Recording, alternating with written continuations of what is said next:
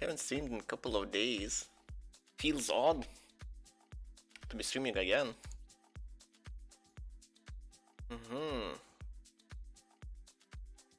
Well, I did some minor changes off stream. Okay.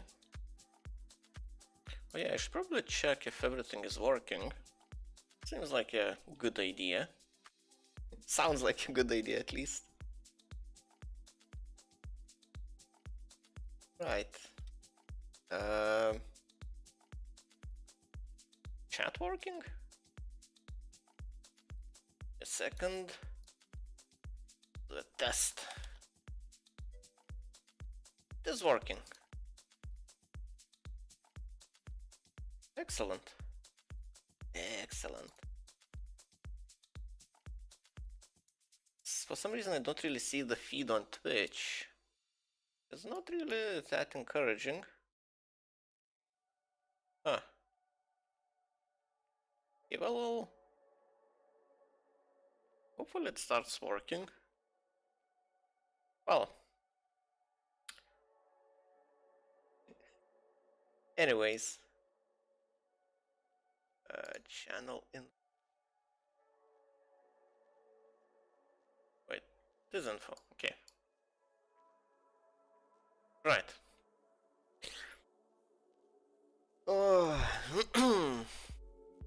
Kinda feel like I have to stream, otherwise I don't get anything done. At least at this project is because the project.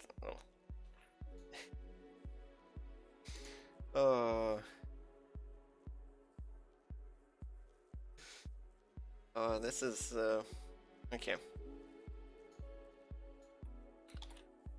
Let's delete these comments that are not really needed here. Oh yeah, I changed a little bit how the handling works. Let's see. Bots menu. The dedicated menu. Oh, it's empty file. Okay. This. Yeah, I haven't tried actually working on it. I just made minor changes to be ready for the next stream. Right.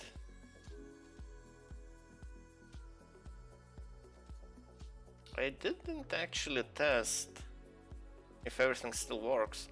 So basically the change I did was when the button gets pressed, I handle it using handle user button press. Well, which calls button press, handle button press on the menu. And the button press, normal button press, not a message gets handled by handle user message, which calls handle input on the menu. Maybe I should change that as well. Which one is it? Oh, I guess it's this one. Well, it could be both. Well, it could be either. But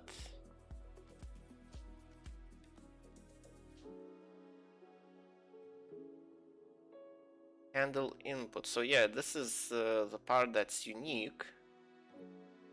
Well, yeah, I need to change the name of this.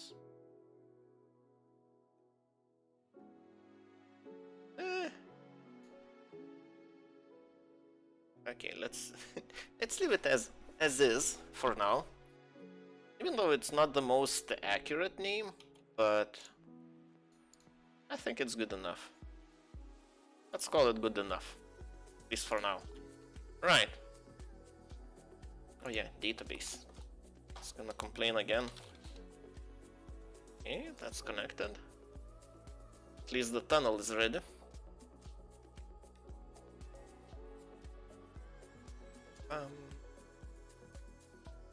Yeah, where's my Discord?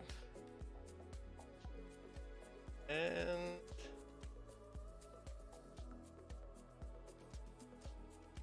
right. What happens if I do this? Okay, nothing. Well, it showed me the menu.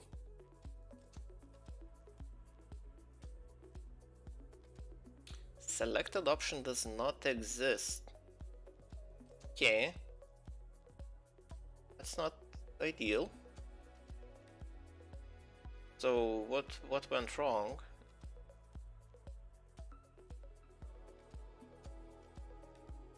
Menu error. So it even logged an error. Oh.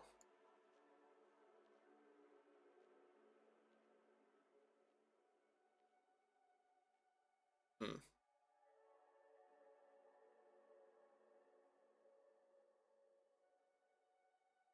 What's the idea of the button, I guess? Need to look. I need to check. Seem right. When I create a new menu,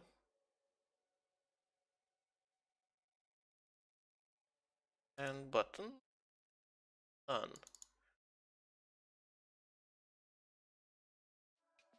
Oh yeah. Oh yeah, it doesn't have custom buttons. Get menu item buttons. So this is the one that actually assigns the IDs. Table key. So menu items key corresponds to the ID. And how it doesn't find any? Because this error gets printed out when you're handling a button press. Yeah.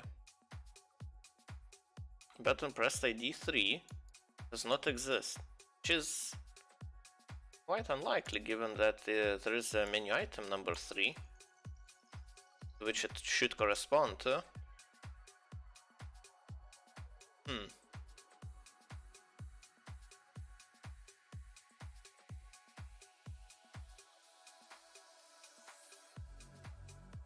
I guess only helper is currently in debug.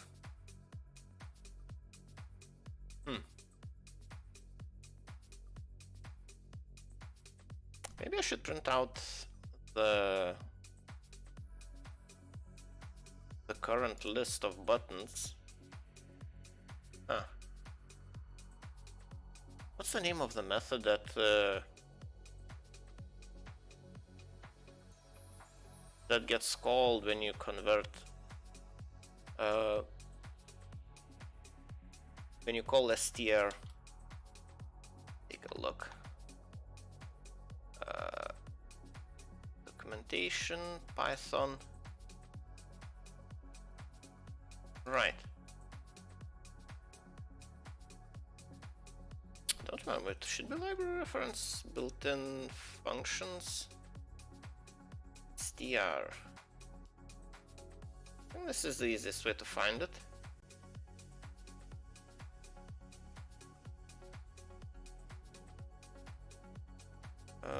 Version, okay. Built-in string.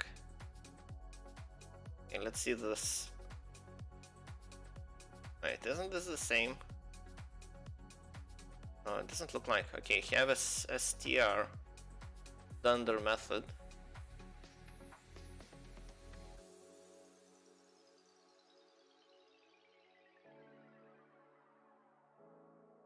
Or wrapper. Huh.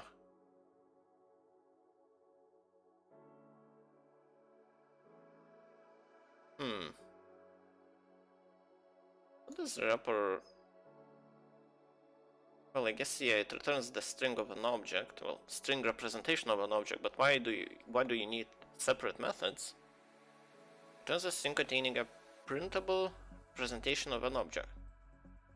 When it types this function makes an attempt to return a string that would yield an object with the same value when passed to eval.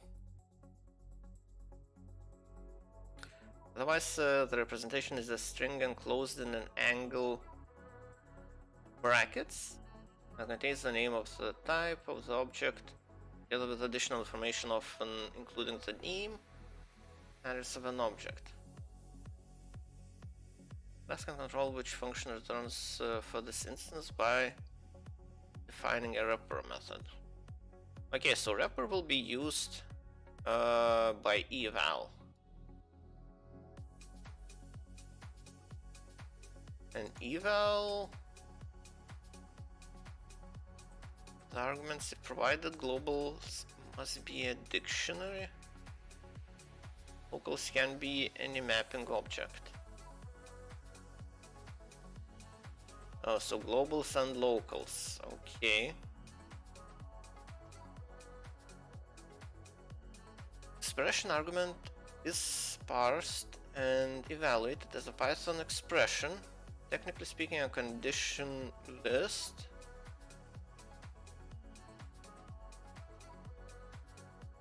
Using a global and local dictionaries as global and local namespace. If the global dictionary is present and does not contain a value for the key built-ins, a reference to a dictionary of a built-in module built-ins is inserted under that key before expression is passed. This means that expression normally has a full access to the standard built-ins module and restricted environments are propagated. If the locals dictionary is omitted, defaults to globals dictionary. If both dictionaries are omitted, the expression is executed with globals and locals in the environment where eval is called. That eval does not have access to the nested scope non-locals in the enclosing environment. The return value is the result of evaluated expressions. Syntax errors are reported as exceptions.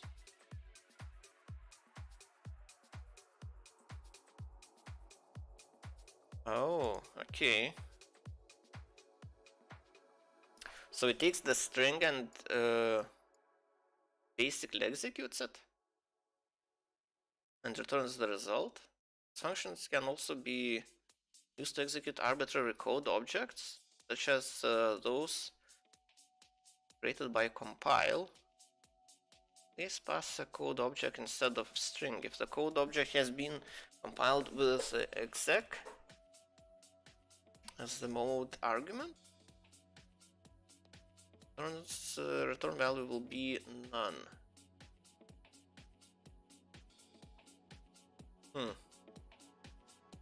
Dynamic execution of statements is supported by the exec function and local. Globals and locals functions returns the current global and local dictionary respectively, which may be useful to pass around for use by eval or exec.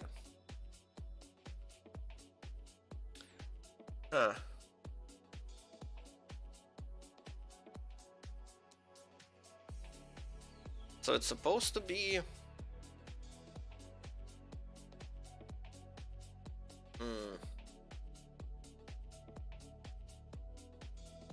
I'm trying to think when would you want to use it.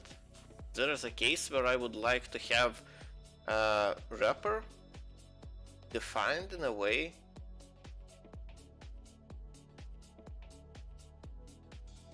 that would benefit from this mechanic with eval. I guess if I wanna call eval,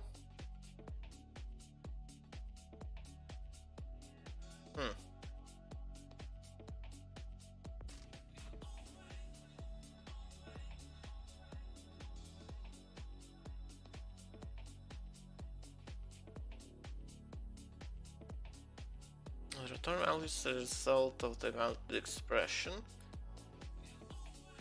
Yeah, that is an interesting thing. Gives you access to different scopes. You can define like your scope pretty much arbitrarily, or modify the scope as you need it for executing,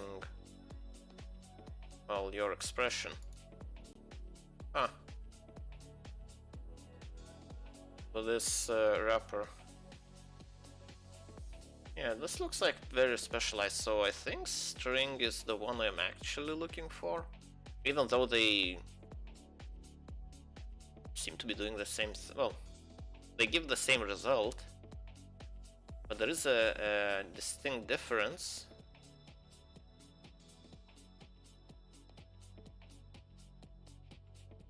Okay. So I guess I actually want to define str. Wait, why do I want to define str? Oh yeah, I want to print out the buttons.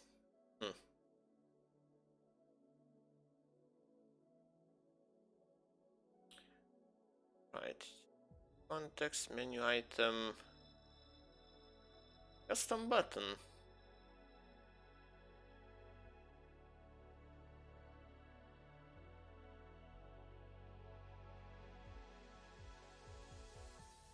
Well, it will have button style.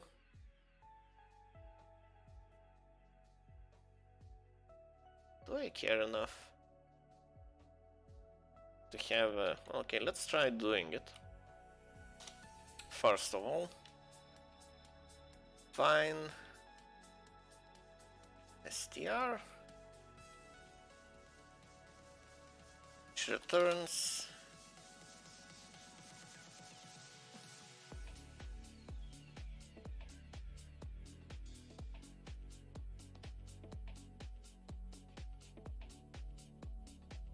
wait, custom button doesn't have as a handler and parameters.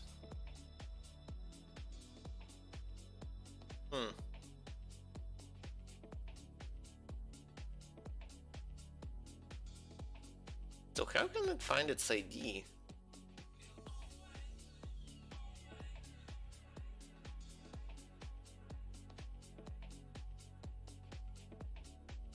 Context, current menu.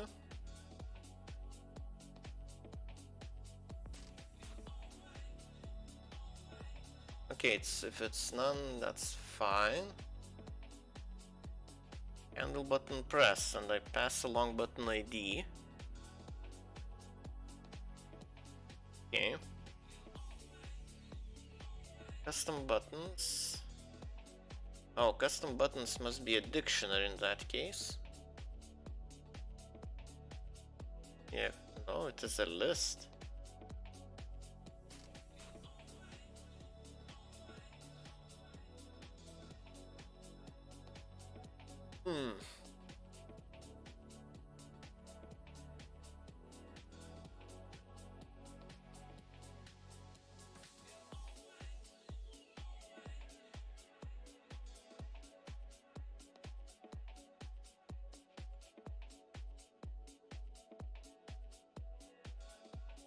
So it's a list of button IDs.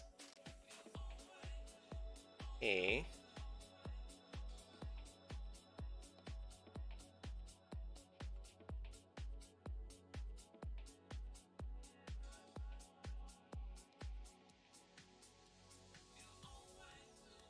Oh, handler.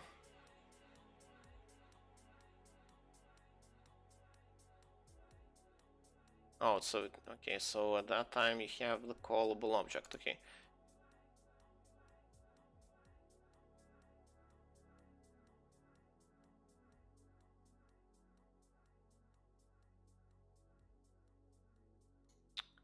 Right.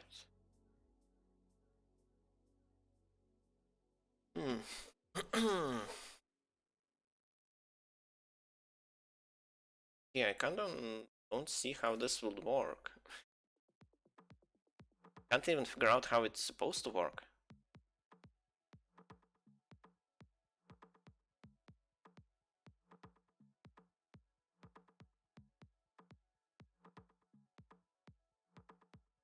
Okay.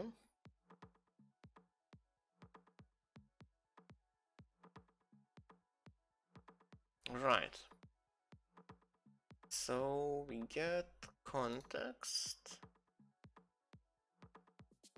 menu items, custom buttons is none.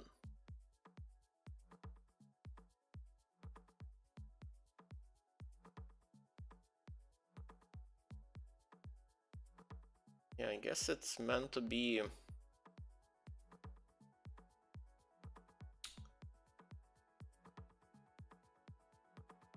Oh.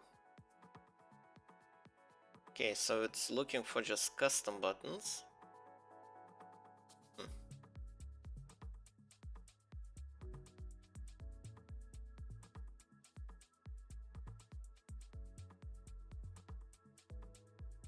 Right. Well, since it's it's a button corresponding to menu item, still don't see the input. Not the input, the stream on Twitch. Just not working at all. Okay, now it's now it's working. Okay, that's good. It's a little bit bizarre. I guess I should have checked it when I changed it. But basically, it's since the button is for a menu item, it's not actually created as a normal button. Well, I guess I have only custom buttons. But this is a default button.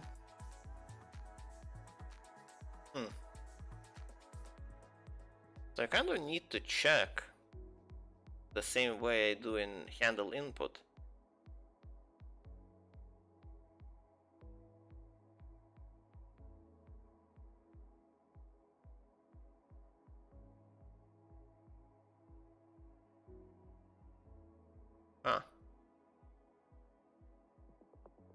Because the point of separating these methods, handle input and handle button press, is that for user input menu, which doesn't have any menu items, it doesn't have any normal buttons, it only has custom buttons. And I still want to keep the functionality of custom buttons, and I want to avoid having the text correspond with well, because if I leave it as is, where both button press and text input is handled by the same method, if I overwrite handle input, which is supposed to handle the text, if my text corresponds to a button ID, well, so you can invoke button by passing along a string that corresponds to the button's ID. That's the issue. Well, at least the issue I was trying to solve. So I want to split handle button and handle input into two separate things, but they're gonna be extremely similar in this case.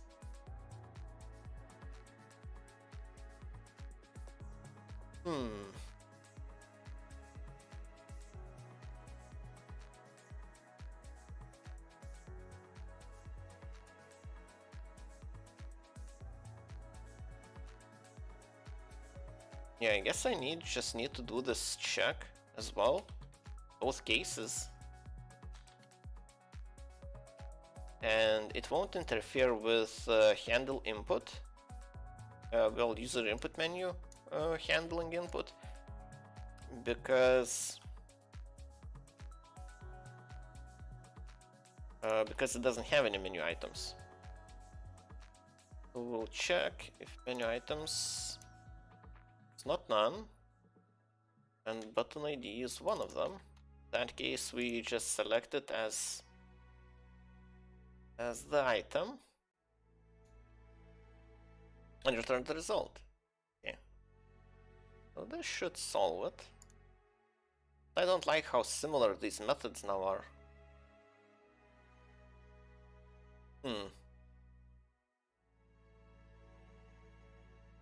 Seems like this part can definitely be extracted. Can I make it into a generic method for all cases? Because I don't want to make a method with like 3 lines of code.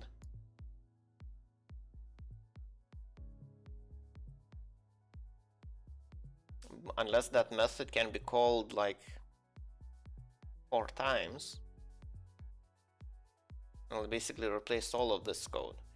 It's all very similar. It calls handler based on the item it selects, but it needs to pass along it.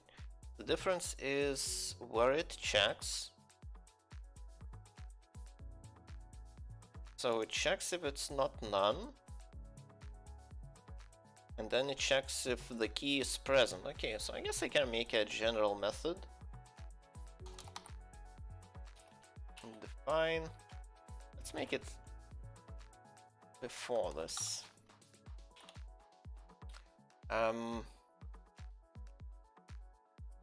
I guess this method should be called handle input, but I don't want to make it.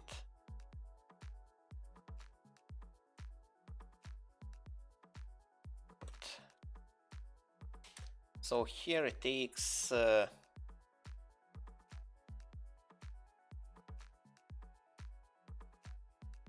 oh, here's the issue. In one case it's a dictionary, and in another case it's a list. Ah, that makes it annoying.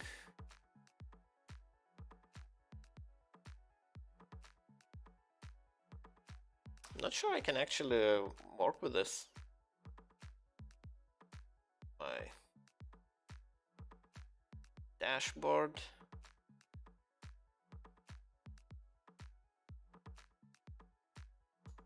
Huh.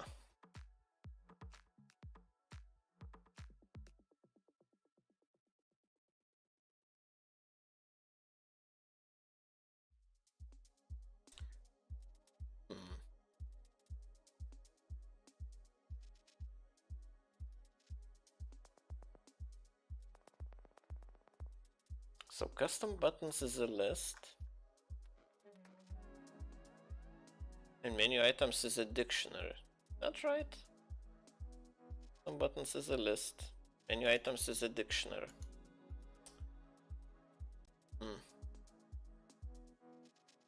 Okay, let's check how do I actually construct this list of custom buttons.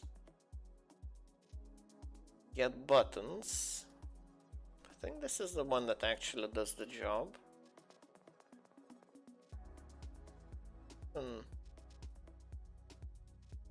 I not seeing it? Even being called?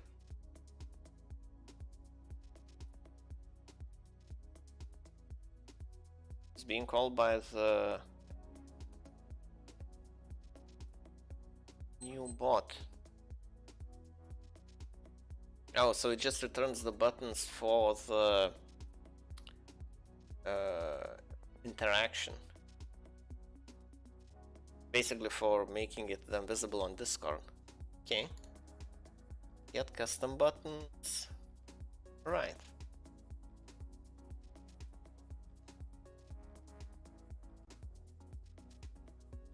Get menu item buttons.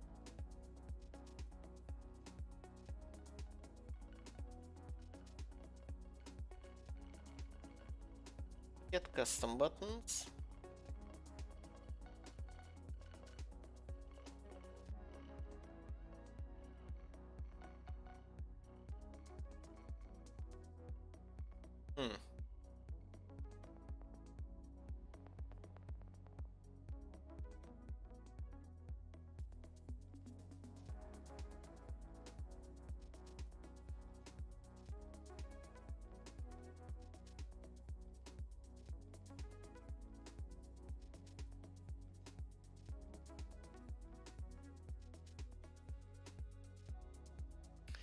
Right.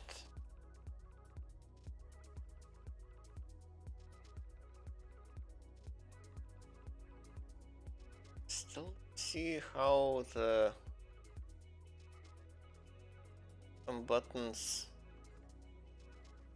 Okay, let's take a look at this. I don't think I'm looking at the right spot.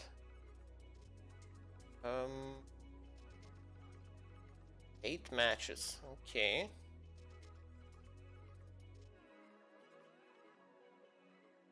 So it checks if it's not none. So here it operates on it as if it's a dictionary. It actually assigns a dictionary.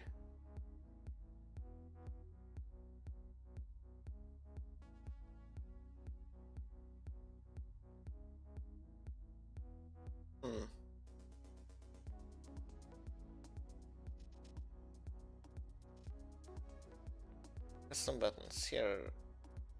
Well, I saw assignment and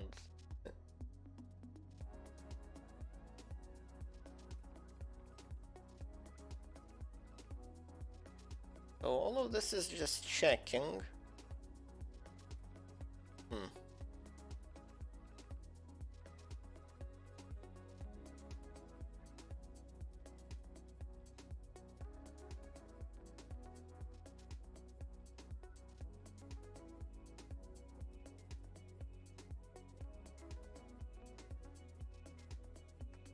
Won't this change anything? I wonder. Looks like it. Okay, let's take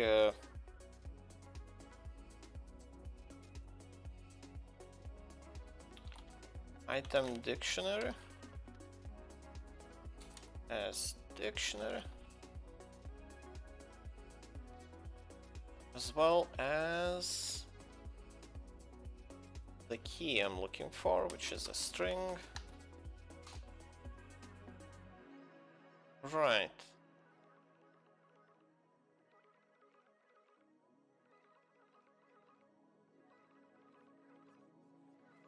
Actually copy it.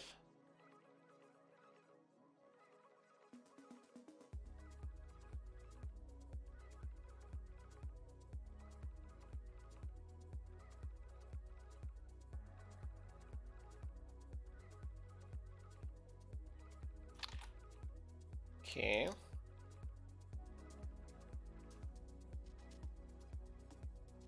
So if I do this,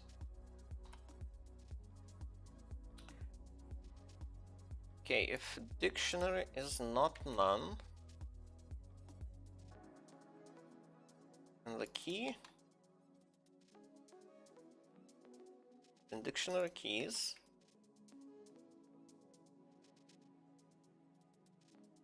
then the item selected is dictionary. Okay. So I select the item from the dictionary.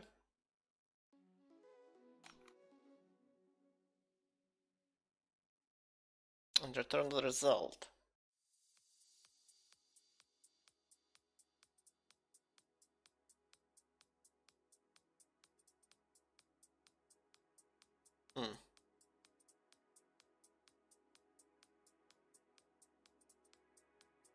Well,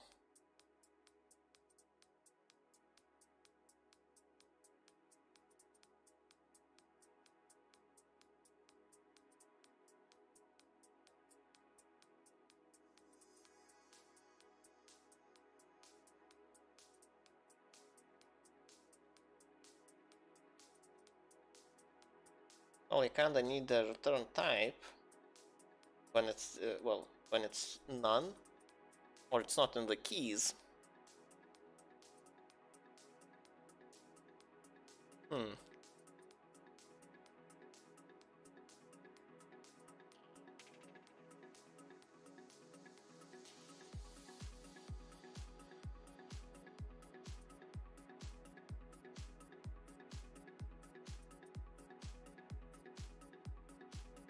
Well, I guess I can return false. If that would work.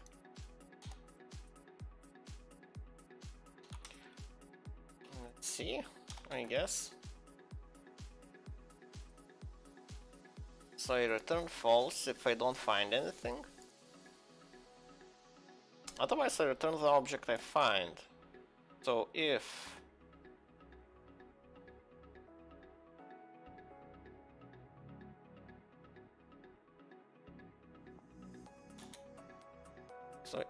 handle input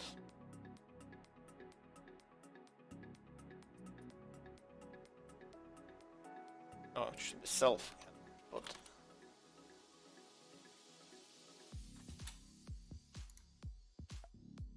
So the dictionary in this case is menu items.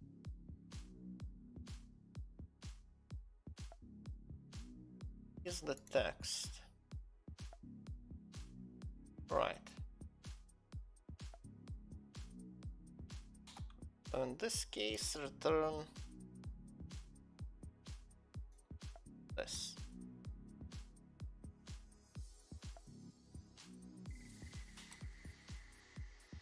Yeah, I don't really like how this is going. This seems like a very bad way to do this.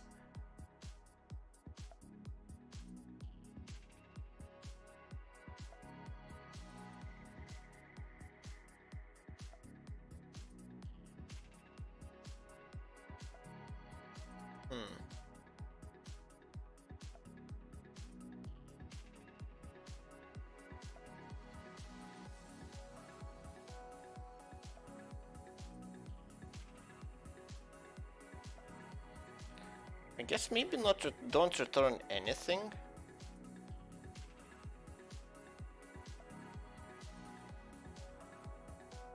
I imagine it returns none in that case.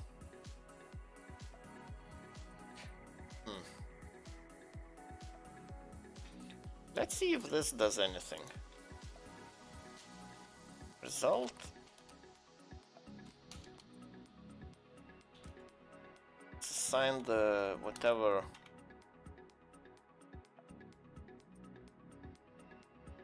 Well, I imagine this will work. But the question is if it will actually do, well, if there is no custom button, will it override it? I imagine it will.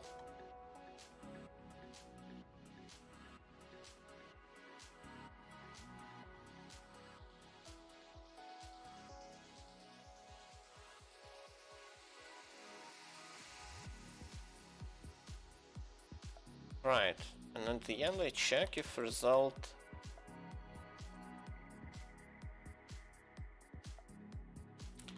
is none, and it return an error.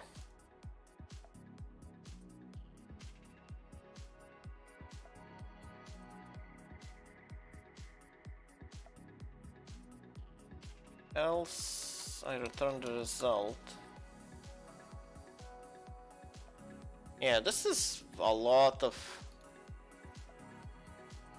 nonsense. So instead of having 6 lines like that, I have other 6 lines. Yeah, I'm not sure this is any good.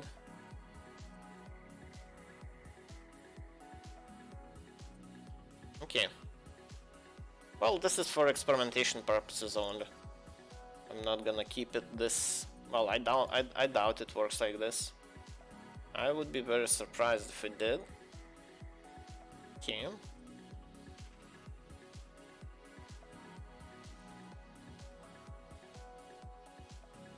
What the hell? I only care about handle input at the moment.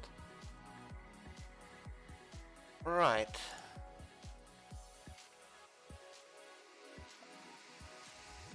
So I want it to be a menu item, but not a custom button. Okay.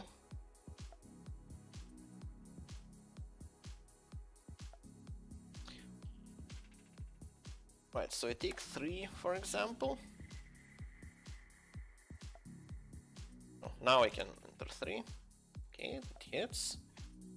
Let's see, so now the result should be, yeah, language menu. And now, result is none. Yeah, so it does overwrite it, okay.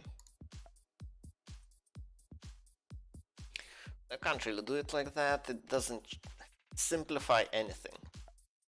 I guess I'll just have to live with it.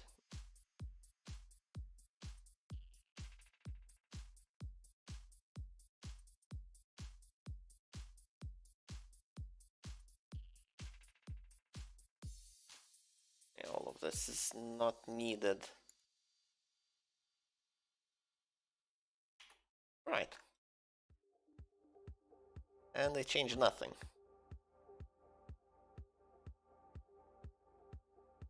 And these basically have to be the same. Guess it doesn't matter if it's a list or not.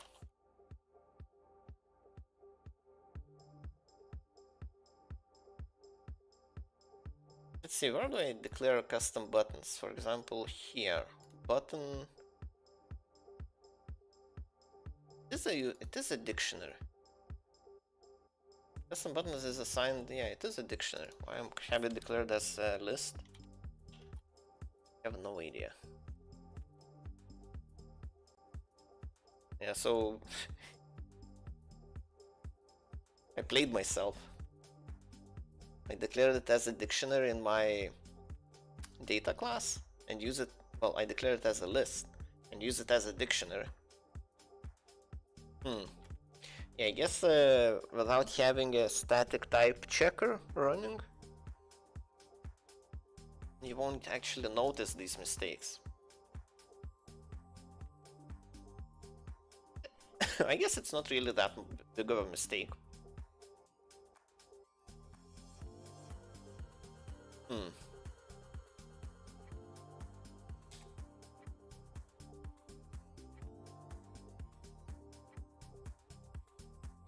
Let's pick Russian. It's translated. English. Right. Cool. So claim bot. It's the thing I want to implement now. This bots, when I press claim bot, does claim bot using webhook? It does nothing. I haven't did. I actually need a separate menu for this. Yes, I do.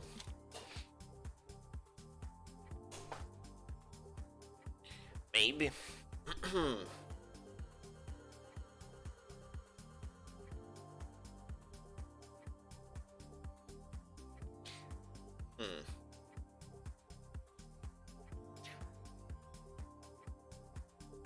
I guess it's not really accurate to call them menus as well. I think they should be called like workflows or functions. Functionality maybe. Because I want to group them like these modules should represent not just one screen or one menu, should represent one piece of functionality.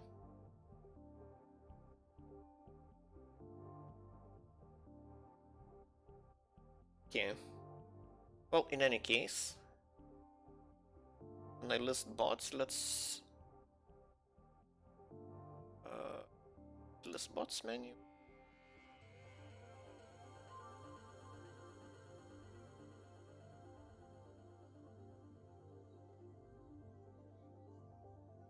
Move this claim.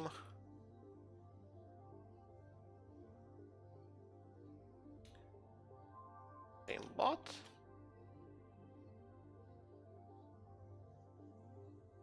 Do I have classifiers declared for this? Claim bots menu, yeah, it does. For the menus and about loggers. Do I need actually a new one for claiming? Maybe.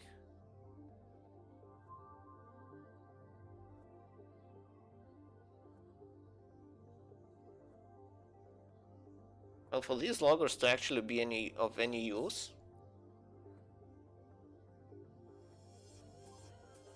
I kinda need to log quite a bit. Otherwise, they aren't that useful.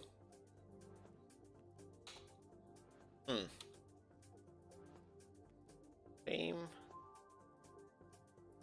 bot menu.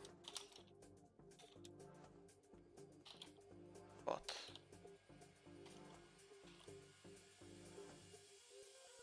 Well, let's have it declared since I have it for all the rest. Logging bug.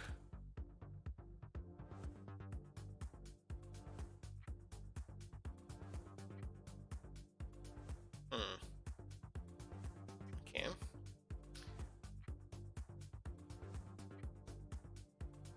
of the logger.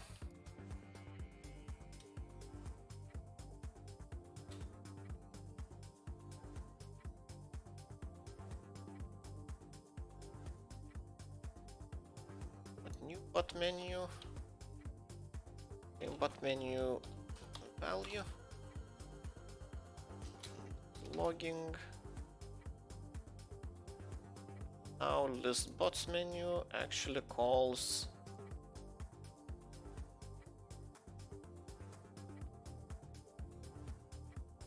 list bots menu.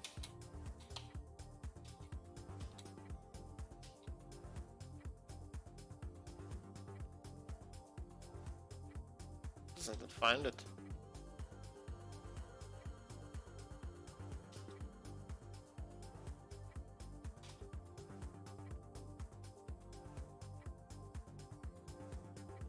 Is it somewhere else? Let's see. Oh, it is in the same package. List bots and plain bots.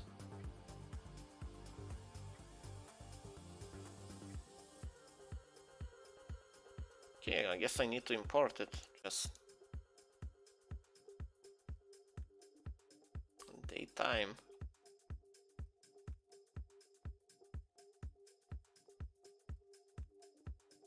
Plain bot.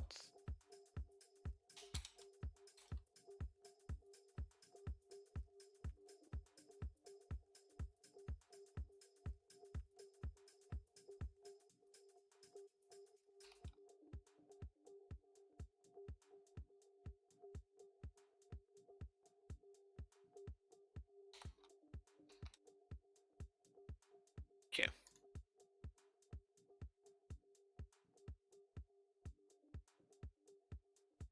Oh, it was already imported. What? I already did that.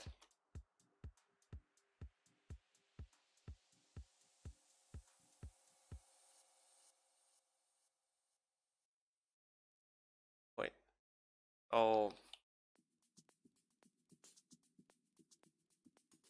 Dumb and blind at the same time.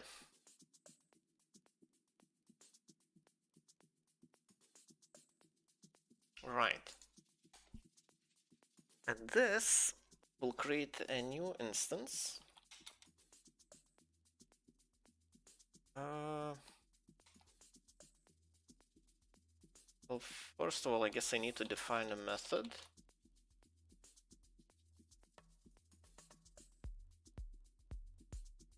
Handle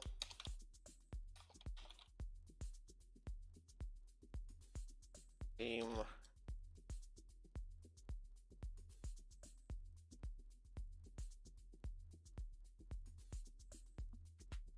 webhook,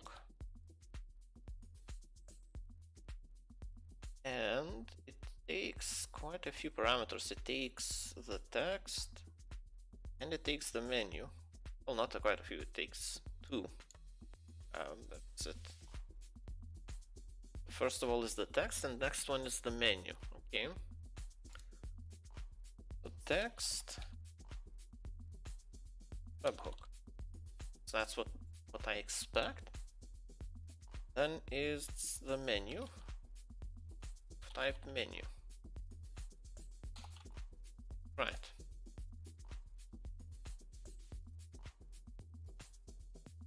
Webhook is just a string.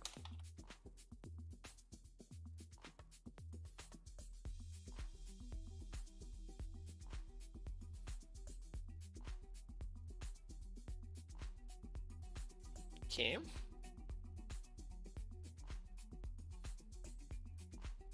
Right.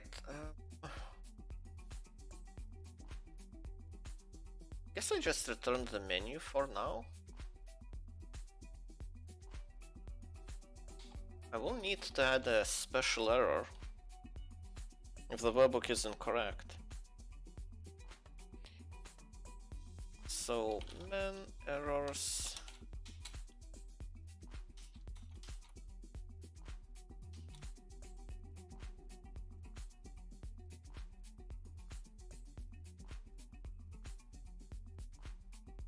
Oh, so menu context, okay. Context. I don't like how it doesn't give any suggestions.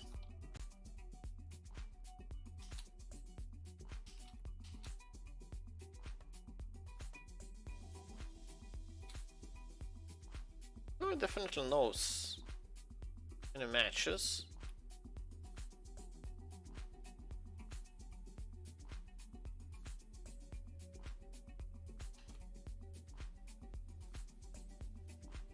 But like this. Port. Menu. Menu is the parent folder, okay.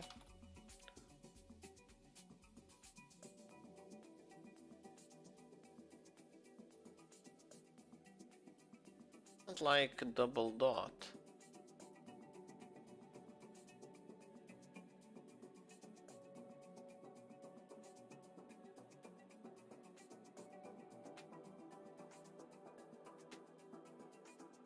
So that's the syntax for importing from the parent package.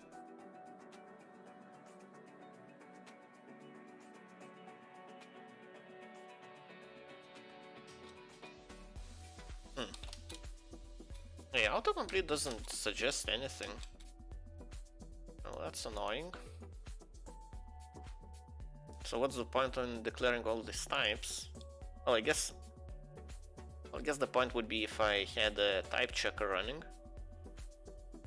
But the biggest benefit for me, at least, was the autocomplete.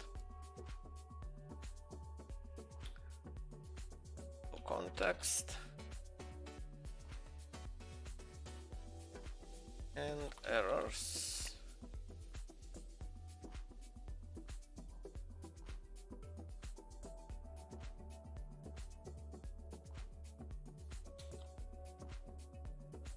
And now I need an error.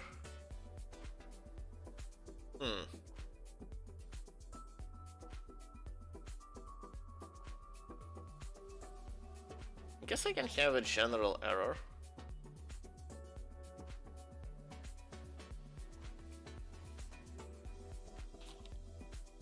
Webhook valid. It will be an error. Provided webhook not a valid webhook.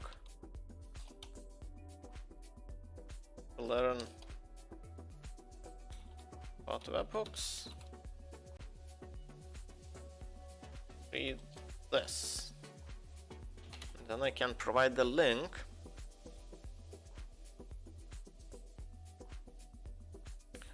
Discord webhooks.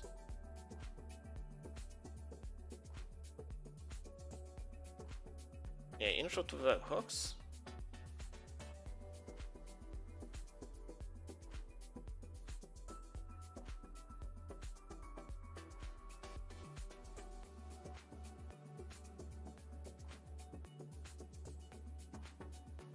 Okay, this is just an example. I wish they made a better article about this.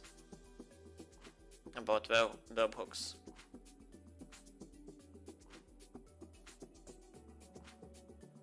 Well, I guess it has everything you need, and it clearly says that this is an example of how to use it.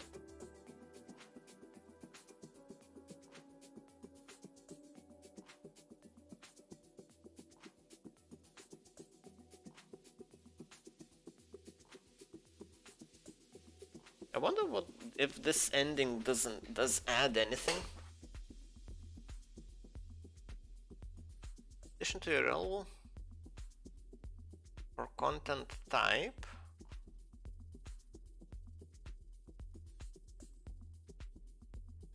Application JSON. Oh, so this is Discord's webhook format really likes JSON. The next section you can choose to customize what kind of events trigger webhook messages.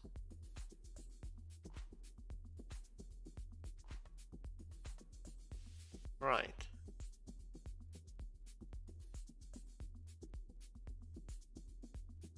pushing any updates into the repo. Yeah, but this is specific to GitHub.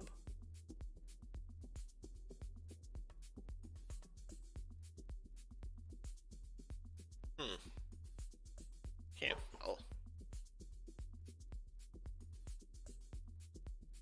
Okay, to make webhook display messages properly, it's really important that you append GitHub at the end of it. Yes, like 5 really is important, but it's for GitHub only. Like, people get very confused by this. Since, well, I link them, well, when people are setting up their bot to post messages via webhooks, like this, like,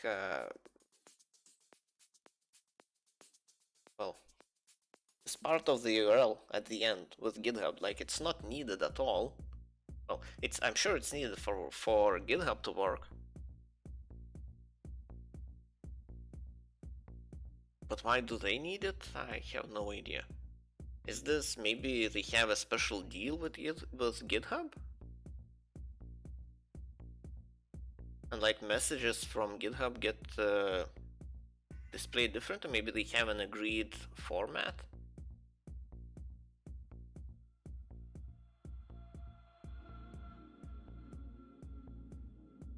Because otherwise I don't really see why would GitHub be interested in modifying their URLs like that. And I'm a little bit confused why Discord has that in their documentation.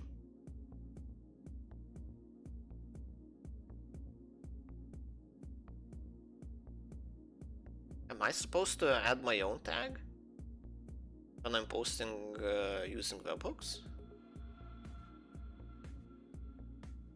Because I don't, and it works just fine.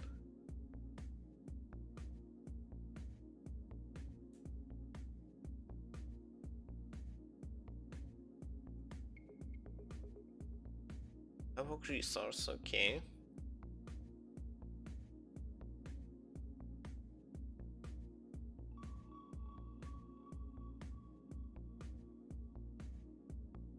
Application webhooks are webhooks used with interactions. Right.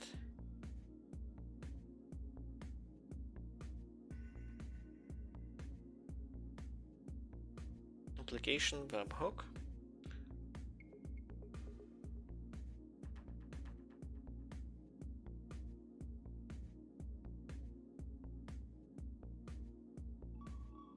Channel and guild is not known. Application ID.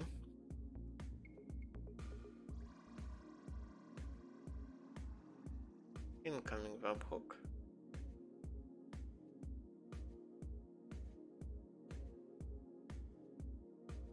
Incoming webhook can post messages to channels with generate a token. Okay, that's what I'm using, I guess.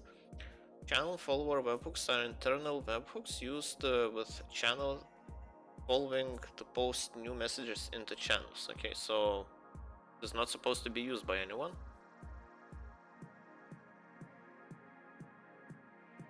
And application webhooks are webhooks used with interactions.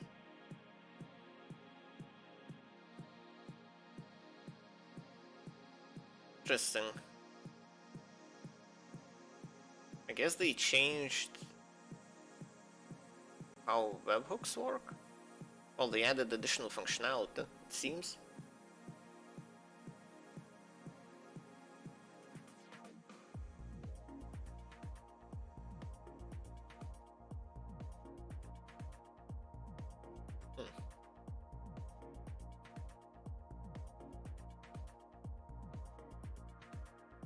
Okay, get webhook returns the new webhook object. Same as well, except this call does not require authentication and returns no user in the webhook object.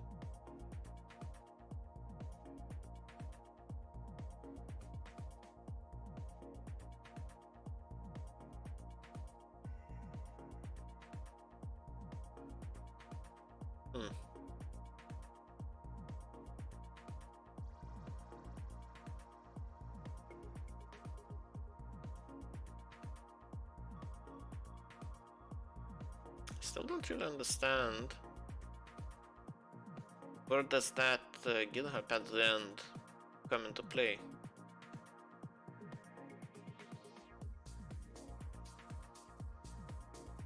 What's the what's the use for that?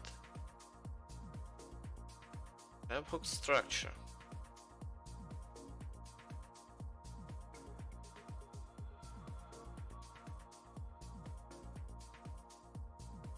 The guild webhook is for, okay, the channel. Okay, these make sense. Well, it kinda has to have an ID, name, and avatar. So it has ID type, channel ID, name, and avatar. The rest is optional.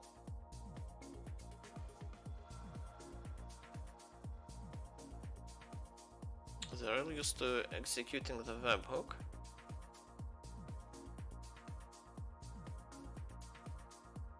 Could have. Oh, it does have application ID as well. It's not optional. Application that created this webhook. Well, yeah, I guess it doesn't really come into play.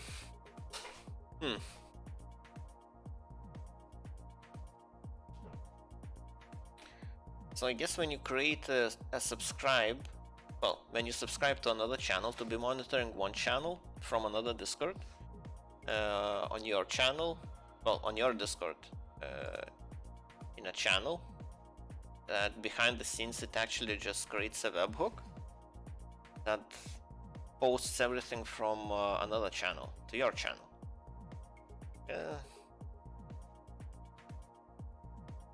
Okay, well, I don't really get where that GitHub comes from and why it's so important. So really important.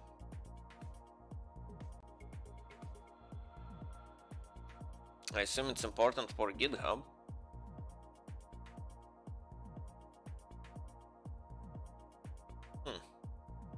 Okay. Because my webhooks don't really need any of that. Okay, let's link this. Go to webhooks. Right.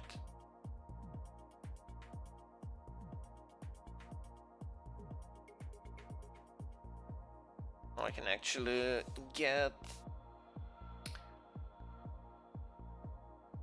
Right, where's my classifier for errors?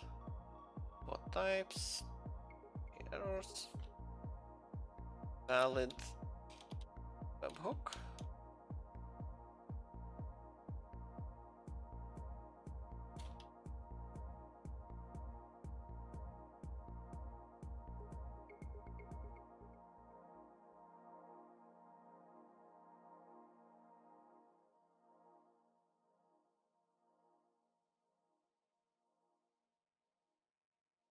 I imagine this error will be the same in each menu, where you actually need to enter webhook.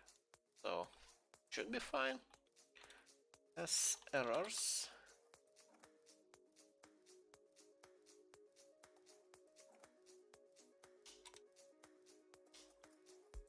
Valid.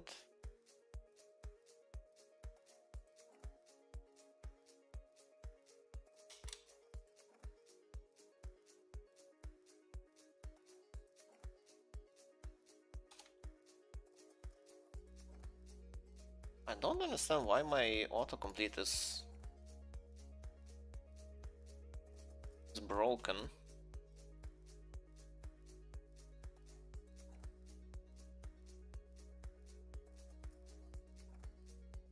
Yeah, this is correct.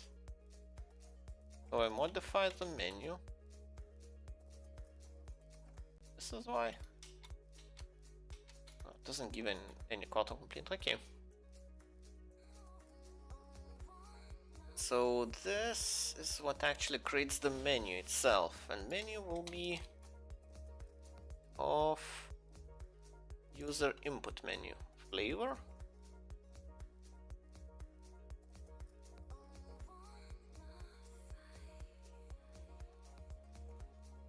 which doesn't have any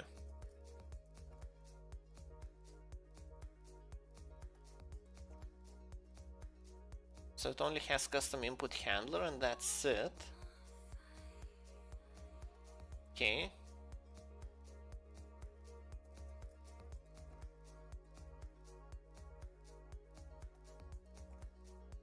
Because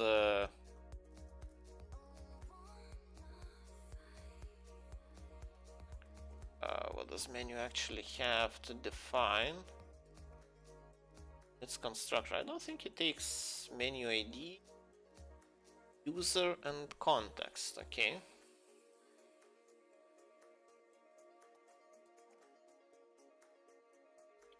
To sure have menu fields, menus, ConfigBot menu. Okay. So its ID is as menus. ConfigBot menu.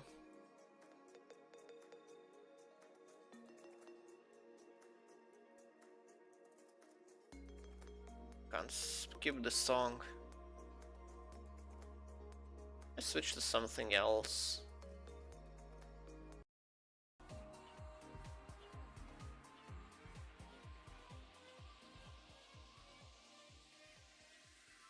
I really don't like that song. So menu is your input menu. User is same, then context. Let's see. Context is menu context. That consists of classes menu context. Oh, this is user context. There is a menu context. Has menu items, which is none. So first is none. Custom buttons. Well, it kinda has cancel. So custom buttons.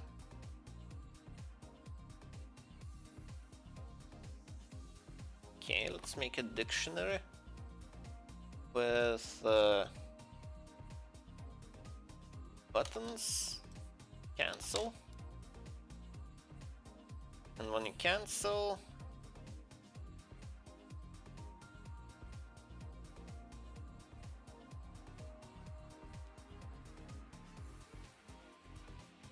that's it.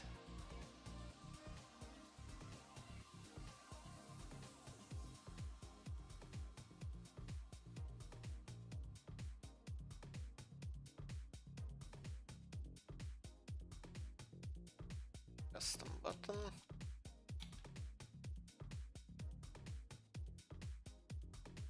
Alright, so it needs a handler.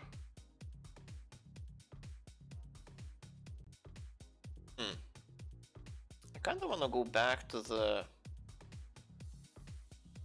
list bots menu. So let's do that list bots menu.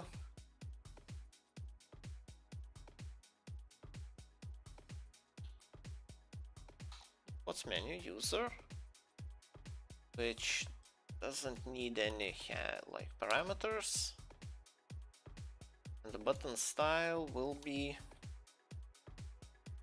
carry.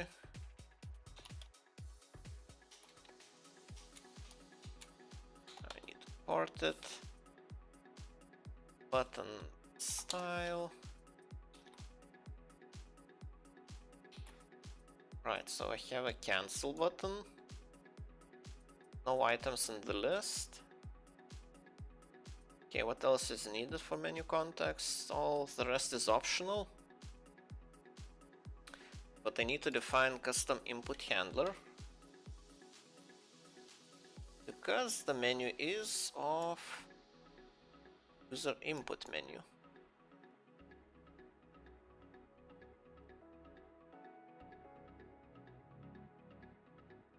So none, then custom input handler is equal to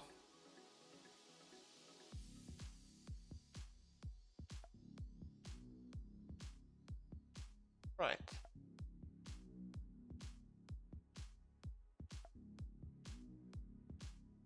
Okay. And return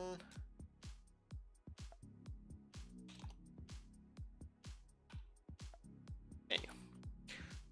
Okay, let's check that this menu actually has the translations. ClaimBot. ClaimBot.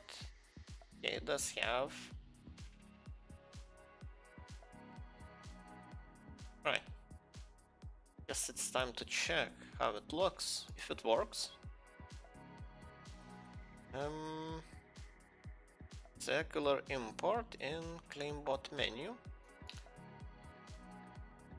So let's not have it defined like this. Have dot. So this is a workaround for circular imports that I recently learned about.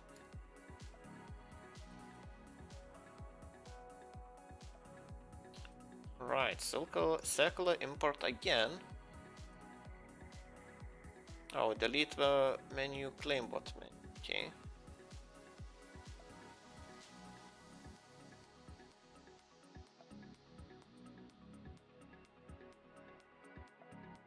Guess import menus as well. Menus.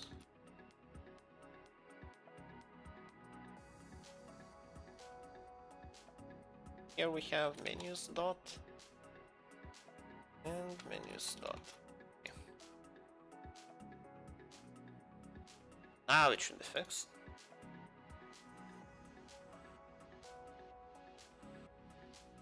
Okay.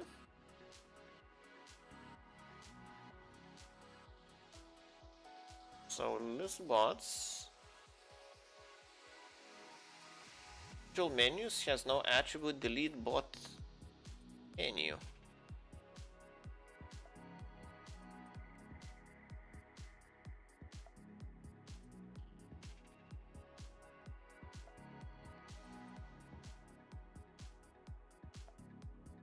What?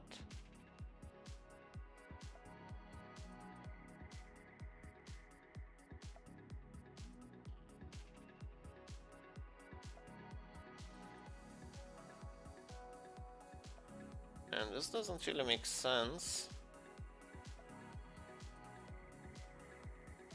It thinks menus is a module.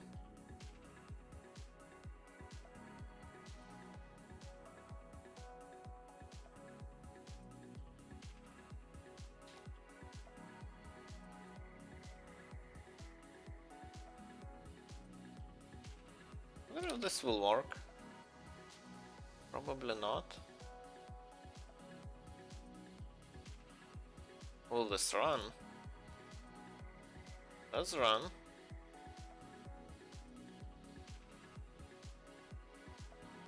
Okay, so now it's about claim bots.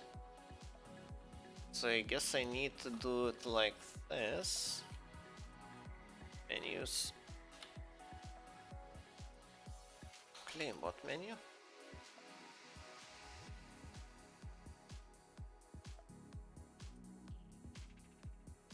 This looks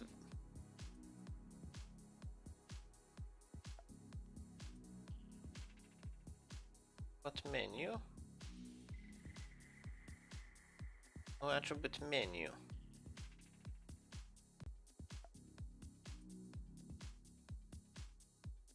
Oh, this is not in menus.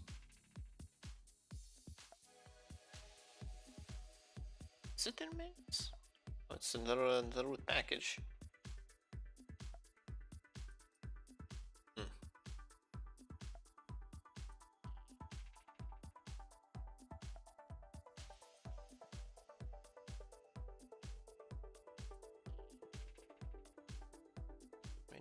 Menu. Let's do the same.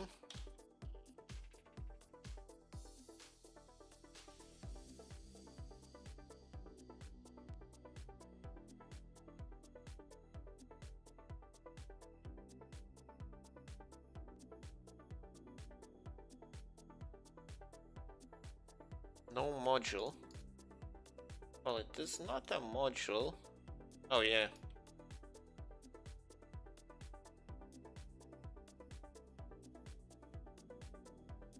But why is it complaining about this now?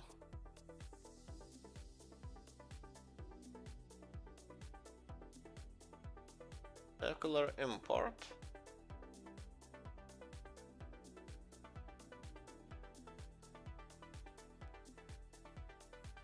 Okay, let's not have type defined at all.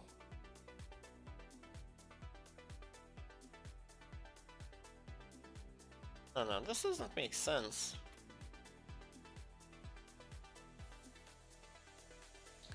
Attribute or partially initialized module menu has no attribute menu. Okay, it is a partially initialized module. I agree with that part. Menu is not an attribute.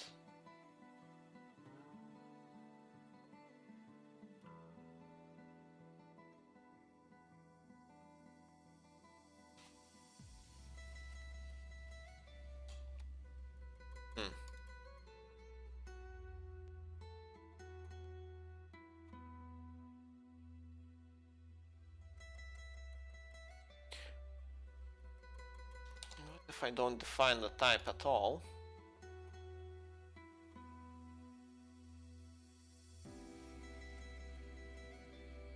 Okay.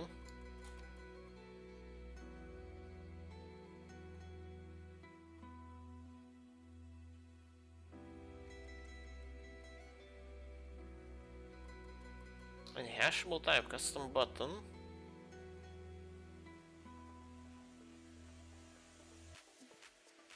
Oh wait, it has to be a... So cancel. Oh, it's not actually a dictionary. Made a mistake. Claim bot menu. This is actually semicolon. Or at least it should be. Right. Again.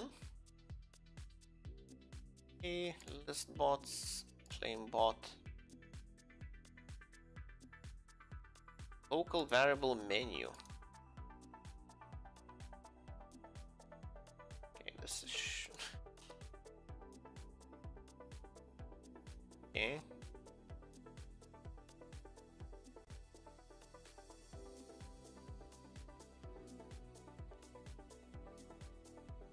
Yeah, I should be more careful with the names.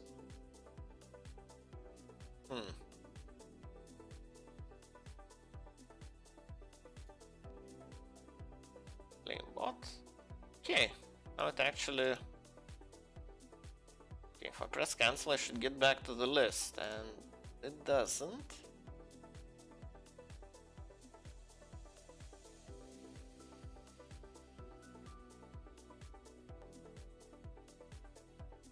Menu object is not callable.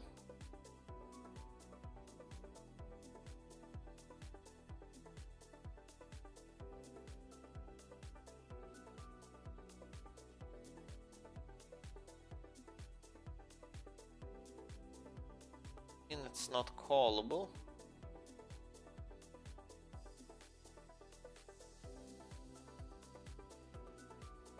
Kinda is callable.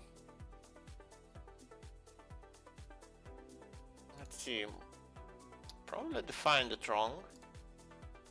It's a custom button.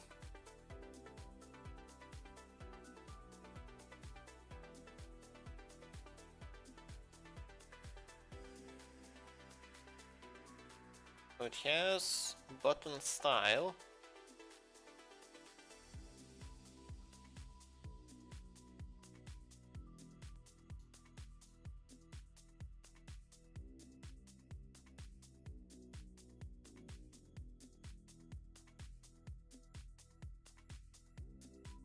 Custom buttons.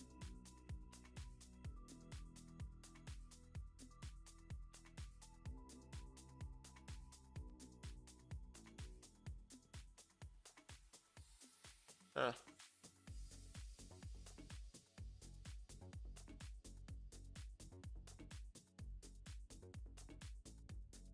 Wait, I'm looking at the wrong spot. Completely. Delete bot. I guess I can take this as an example. Claim bots. Side by side. Make it a little bit easier.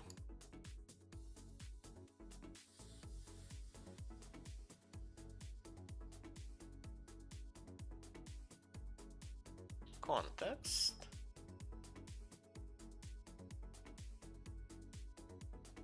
Custom buttons.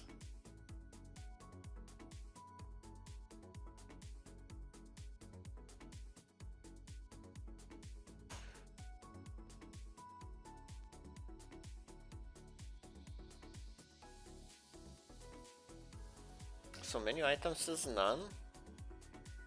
Custom button is a dictionary.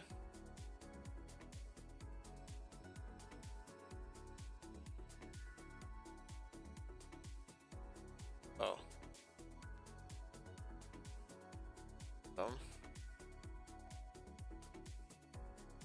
That's not how you reference a method.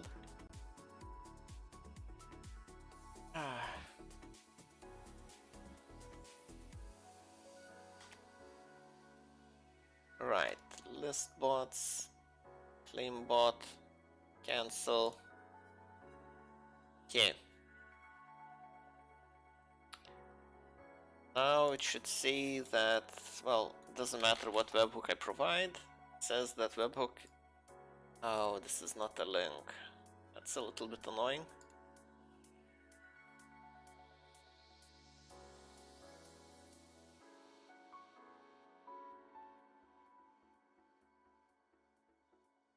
Or discord.com.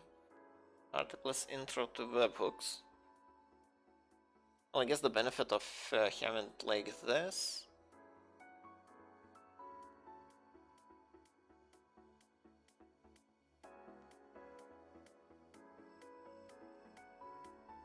Yeah, I guess I can't really make it into a link. I could.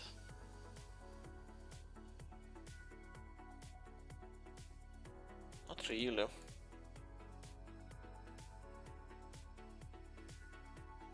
I wish it was a pressable link, but I guess since it is in a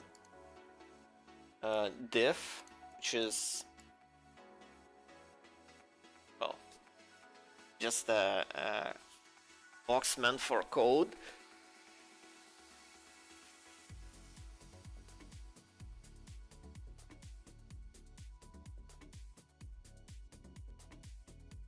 Yeah, it won't actually make it a clickable link. I guess that's what I get for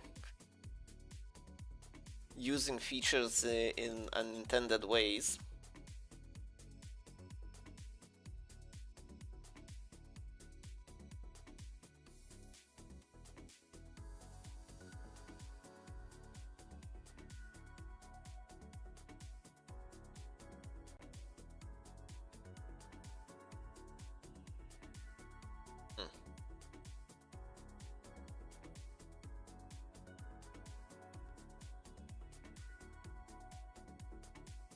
Do I actually need the link?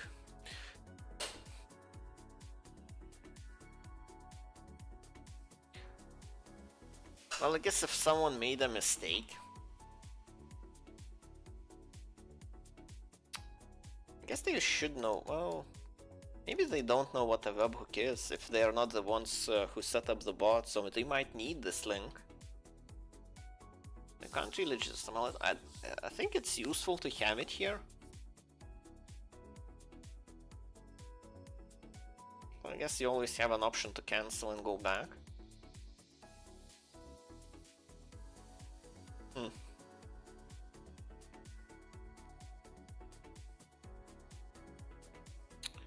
Right.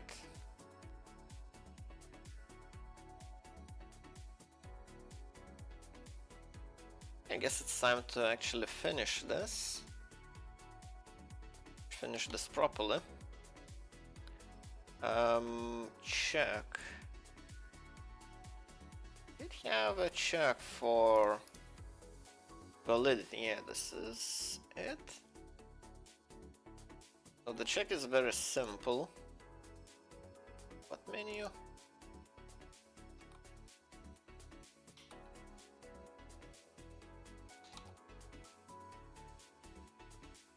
Get webhook error.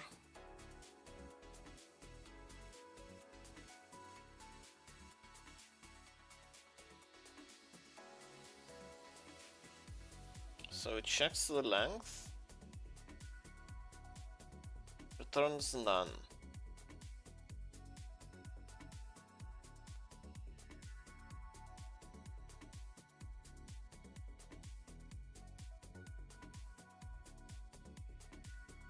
So it does, well, oh.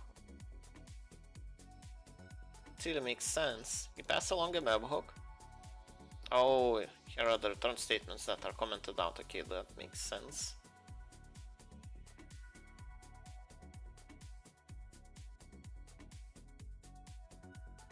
Okay.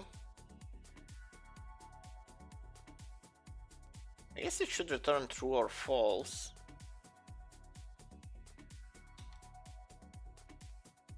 Is valid webhook?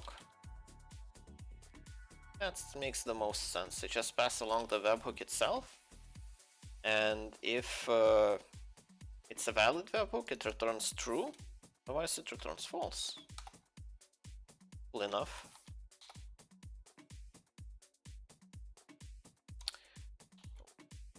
False. Otherwise, it returns true.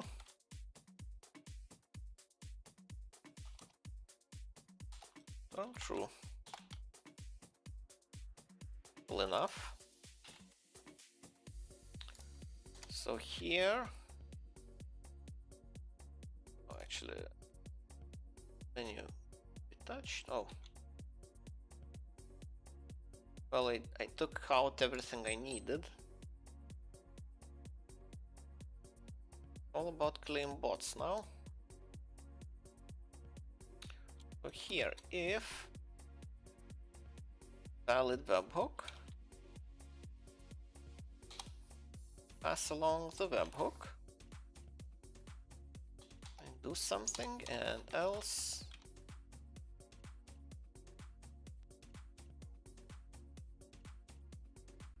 right.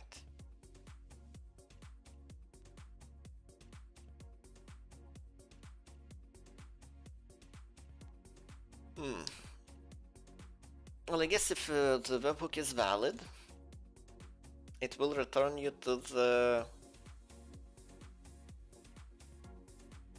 where is it, list bots menu. So much like cancel button, it will do the same thing.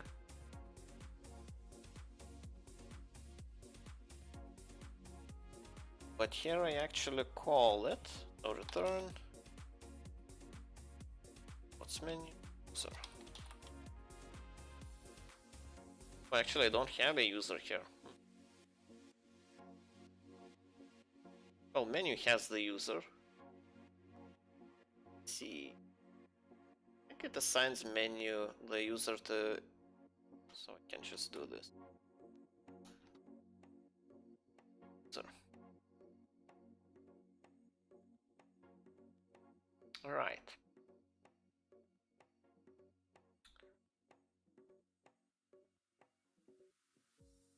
Okay, and if the webhook is valid, I should call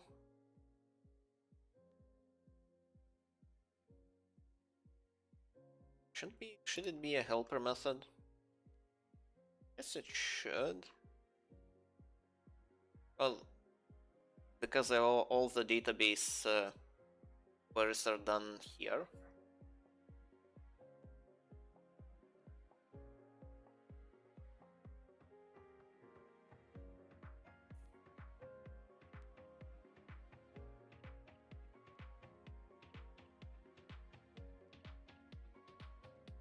Actually, I could add an error.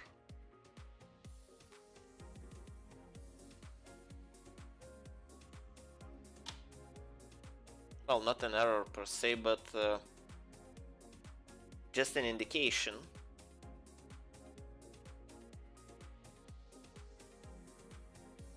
that bots were claimed successfully. So, for example, if you claim it correctly, much like you get an error, you would get a green text saying that that many webhooks were claimed successfully. That would be only for ClaimBot menu. Not ClaimBot, I mean ListBots menu. After you're done claiming, you can do that.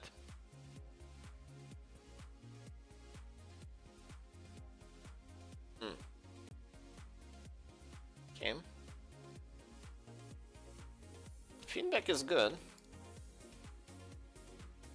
even though it makes it a little bit more complicated. But I already have the means to show it, so even though it's called errors,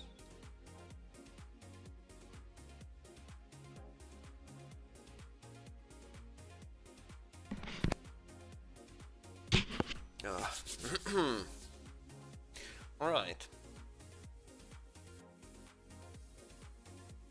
I guess I need the actual code, the query, and take it from the spaghetti code. Let's see.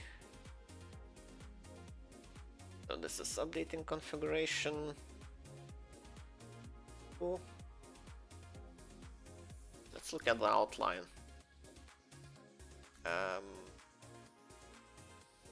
So I'm in the wrong perspective. Configure. ClaimBot. Here it is. Yes, this is pretty much it. Well, hopefully it is. Have it in the helper.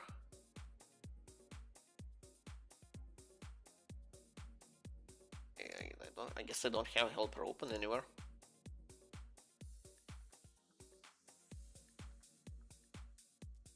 I did. Just blind, always. So helper will now define ClaimBot. Message. Why do I need message? Oh, so it checks for webhook errors. Okay. I have that already done. User. I need user ID.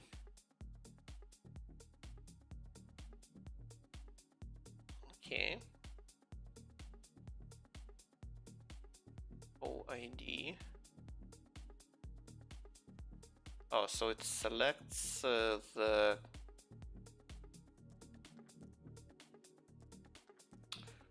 right. So first of all, it selects all the records, then it goes through them and updates them. Okay. Integrity error.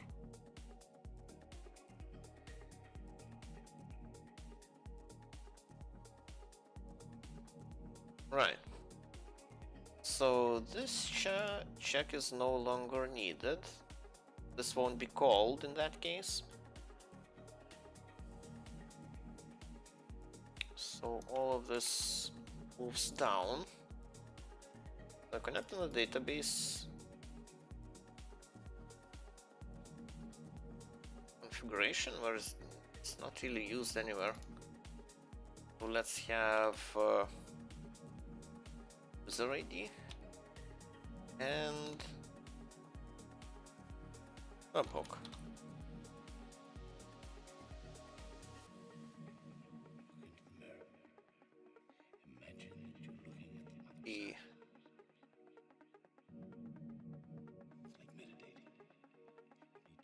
I guess I enter webhook twice. Okay. Well, it has two fields. Like you can have two webhooks set on a bot. Then user ID goes here. Okay, so entries. I don't want to have a result Okay, so result will be the number of rows affected.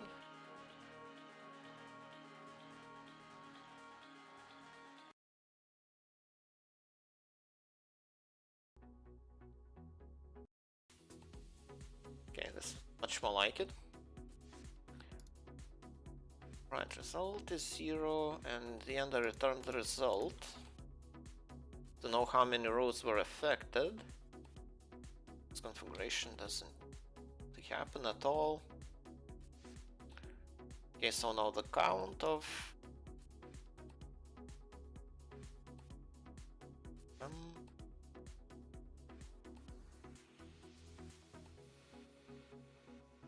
I guess the easiest way will be to increment it here.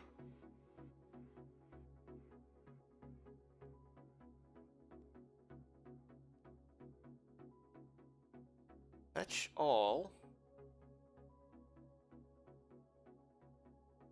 Ah, so this is entries, okay. So this returns the number of entries, I imagine.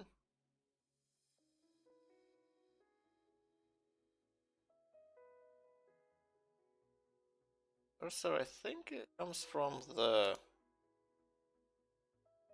connection.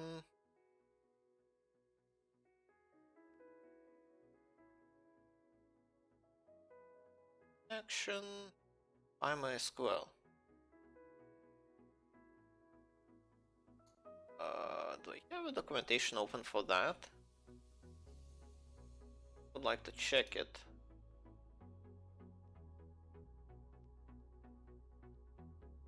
MySQL I do have. Okay.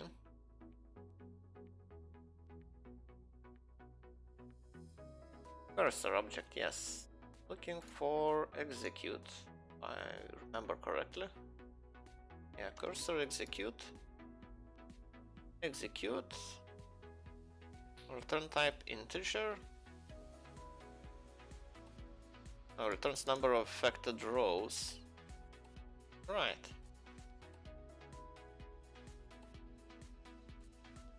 So results is more than 0.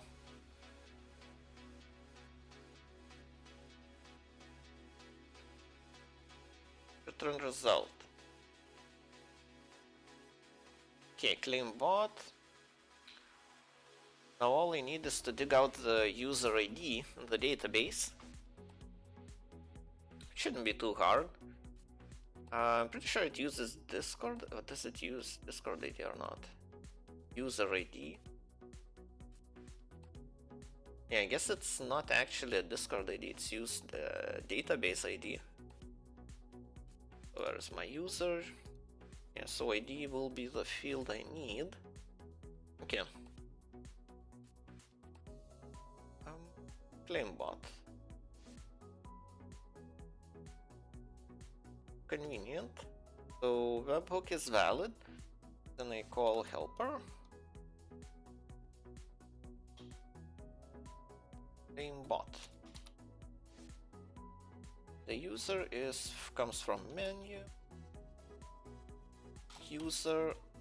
Yeah. Webhook is just this. Oh, yes, 3 O's for some reason. Okay. Let's rename it. It doesn't seem right.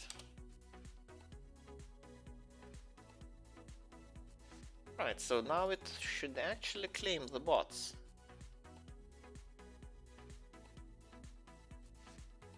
Hopefully.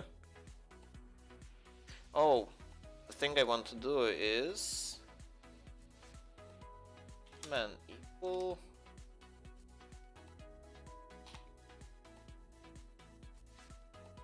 and then man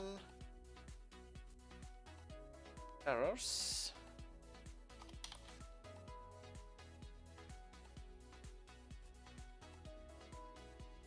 But this time is not an actual.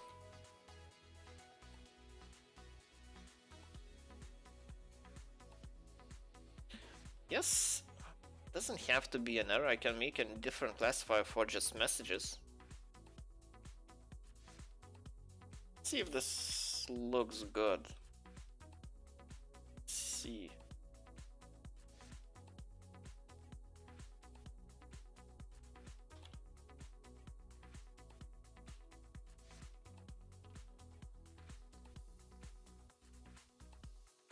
Yeah, it kind of seems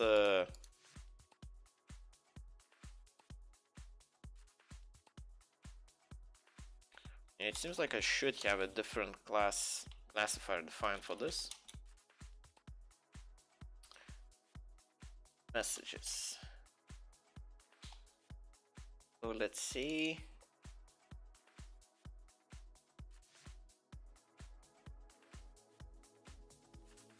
String equal to. How does it actually parse errors? I'm pretty sure it will. Well, it should check both the generic error section as well as the menu section in the translations. Let's get row options title description.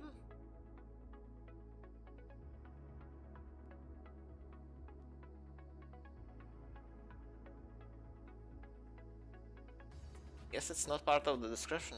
It's like it's part of the options title. Error translations. Get label from section. Errors.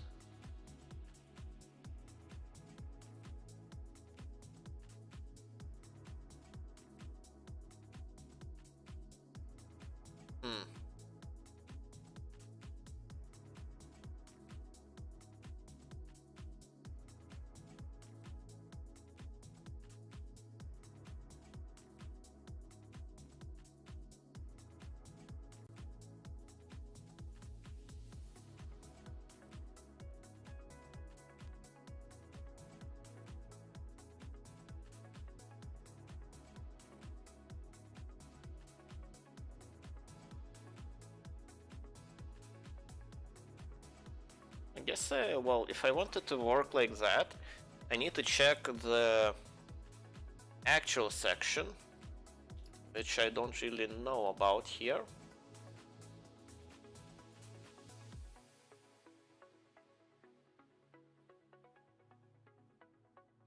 Like that, somewhere in here, ID.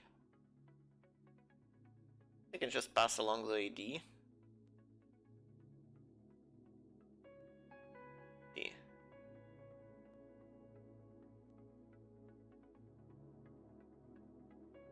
Or was it get custom buttons? Options title, here it is.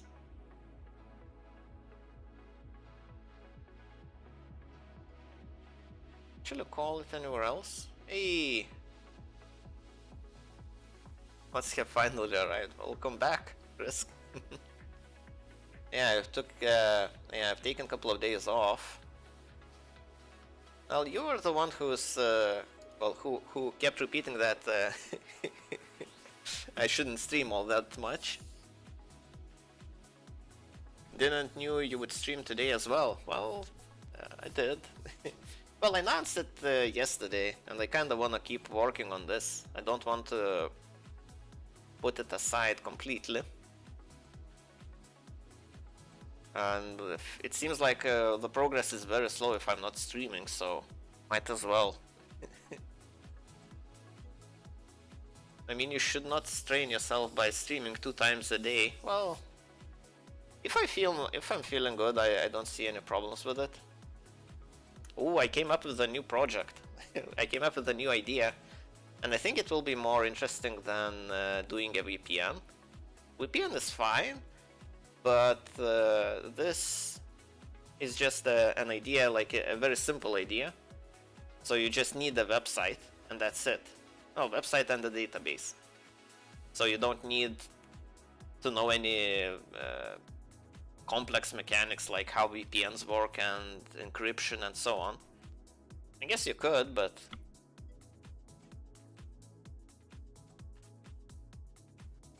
I was learning recursion and finally cleared all the test cases. Yeah, recursion is fun. But where did I use recursion? I don't think I use it here. Oh yeah, I use recursion in another project, yeah. I like that. Maybe I can use Django for it. Yeah, for sure, you could use Django for that. So the idea would be to make a website for asking questions. And like for having a consensus, like, well, when I describe it, it sounds a lot like what Stack Overflow is, but not really. It's not supposed to give credit to individual person. Like, it's not meant for that. It would be meant for just voting on questions and answers or something like that. I haven't really thought too much about it, but I really like, well, I have a vision of what it should be in the end, but yeah, I'm not really sure how to describe it. What's the best way to describe it? So maybe I'll keep that for myself for now. But yeah, basically it would be something very much like Stack Overflow, maybe. It's very different to make logic with it somehow. You mean with recursion?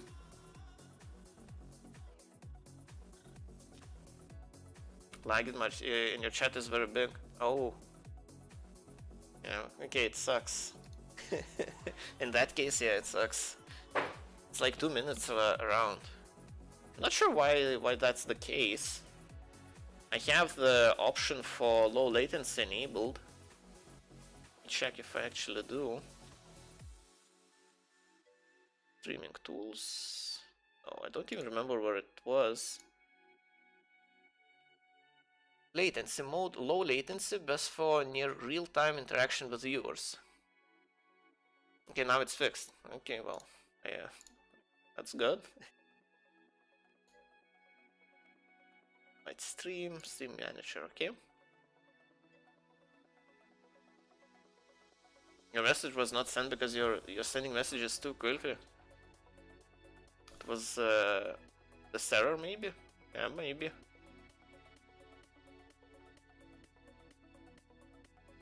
So, what was the message about? About the recursion?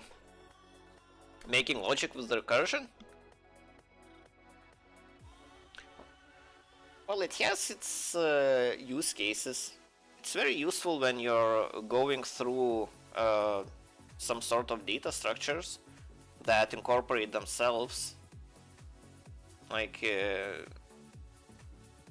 an object could have other objects or references to other objects inside it. So it's basically it's another way to iterate.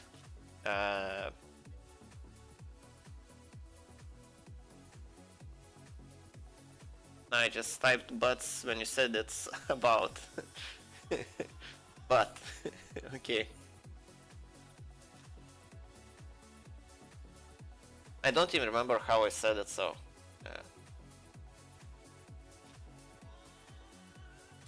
right, I need to I'm very distracted today. Let's see. New items. I want to change how the translation of errors is done, because I want to display not just an error, I want to display messages as well.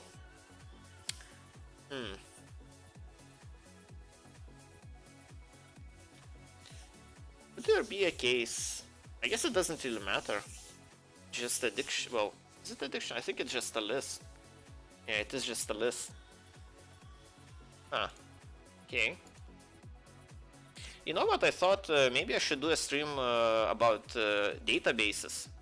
That's something. Well, I know enough to use them, but I don't really know them in detail. Like, well, in very great depth, let's say. So, what do you think about? Would you be interested? Like, Python has a built-in database manager, pretty much. So it's part of the standard library. You can create databases and manipulate them. I don't remember what's the name of the database right off the bat. I'm getting a lot of job offers in LinkedIn recently. Well, that's good. What kind of job offers though? Did you did you post on LinkedIn that you're currently an intern with Django? Is it blocking all my messages? What is the chat? That's annoying.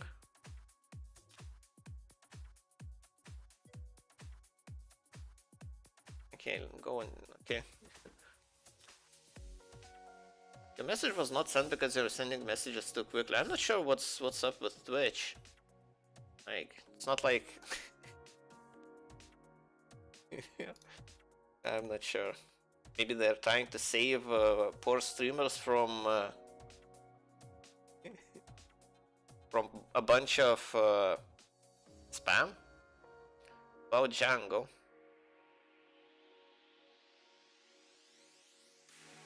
Oh, so I guess you posted on LinkedIn that you're actually working as an intern.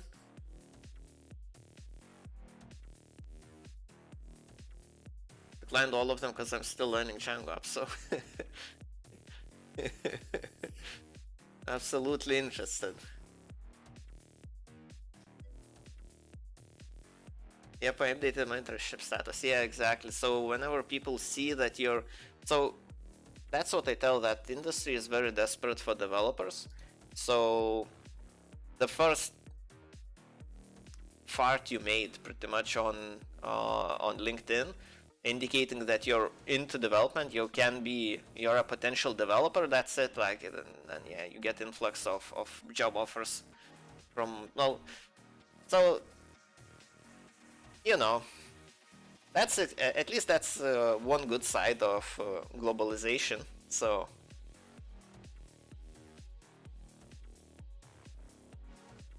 I guess when your internship ends, how long is your internship supposed to last?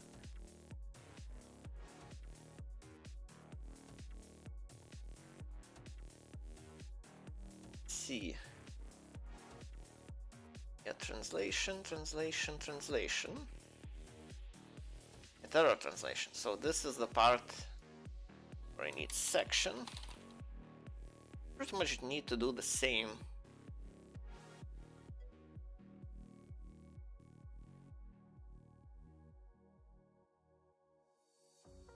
Okay, and if it's none, if translation is none,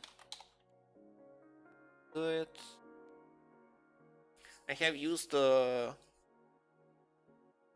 one for loop and give one task in my internship. I'll continue as long as possible, but when is it supposed to end? Because like the internships usually are not for like undefined amount of time. I'd say 3 to 6 months, maybe 3 months. Okay. Also, well, I guess after 3 months they will offer you a position of a developer, and that will be it.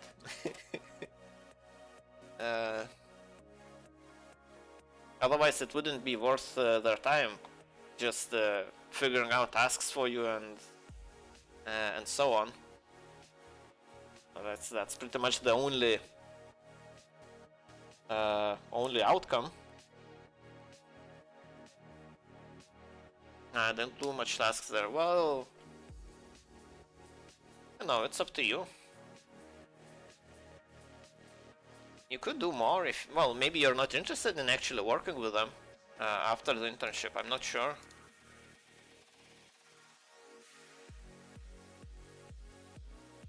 Let's do it like this.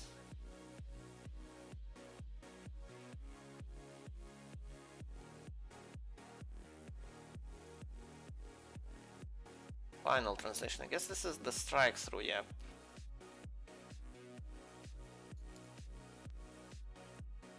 Get it from the section. Okay, this is the wrong one. Oh, so this is just the other way around. Okay. It checks the errors first and then it checks the section. Should be only referenced in one place, yeah. And the section is self ID. Okay. This shouldn't break anything, hopefully. And now there's listbots menu.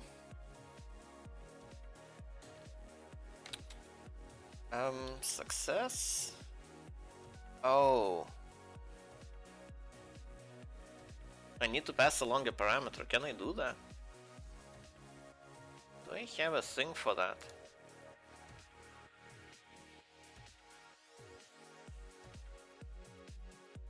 Oh, that's a little bit annoying.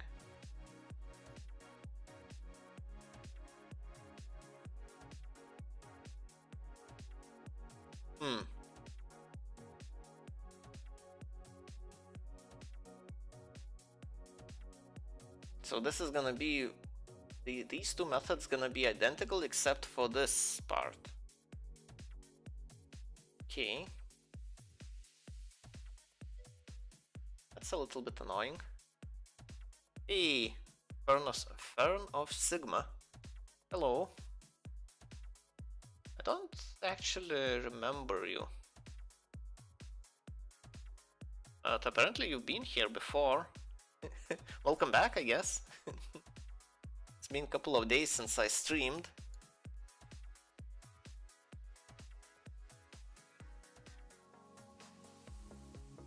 Let's see. No. Don't really like this.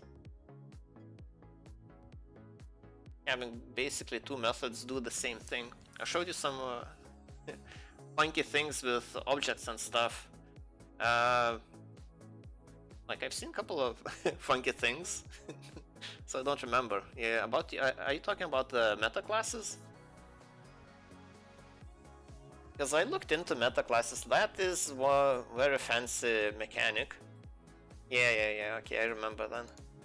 Yeah, it is a very fancy mechanic, and it's way beyond my needs, I would say. Like, I can definitely see people who write libraries using it quite a bit. But for myself, for my cases, yeah, it's as the documentation states, you shouldn't actually do that. And people who actually do recordings teaching about the meta classes, usually it's just a bad idea to touch them. It's like an internal mechanic you have access to, but you shouldn't really mess with. That's how it's presented. Yeah, it has special use cases to avoid multiple inheritance. Yeah, and solve some issues with multiple inheritance as well. I'm just well, yeah, I guess if you need multiple inheritance at that point, yeah, your project is complex enough that it might need meta classes as well. But for me, it's very simple. Like, I have a couple of classes.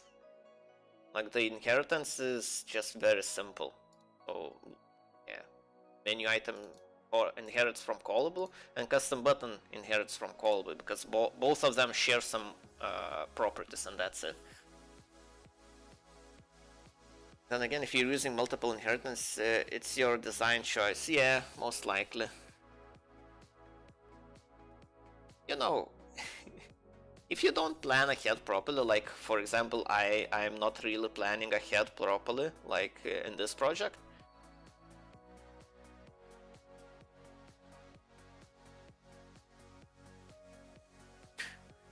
So I made something funny. Check avoid fire on PyP. Well, I'm not sure. I never used PyP, whatever that is. The PyP.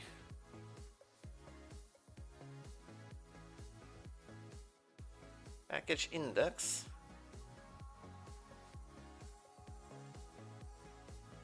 Okay.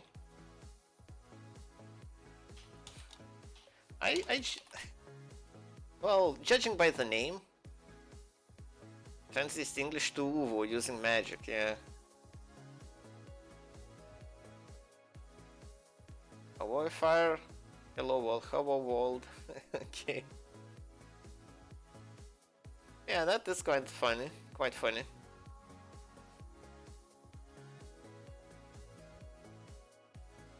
Oh, PyP is the repository where pip pulls stuff from, yeah, I guess makes sense.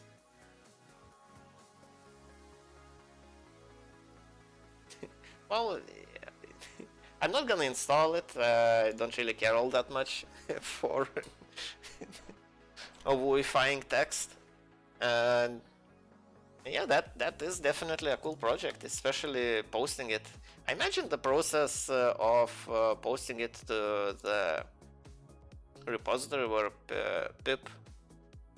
pip's repository should be quite simple, I imagine.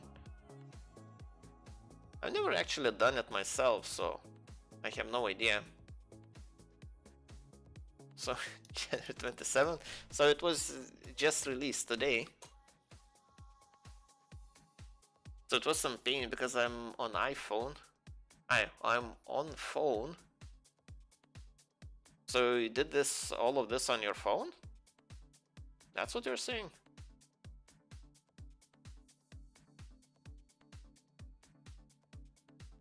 Let's see.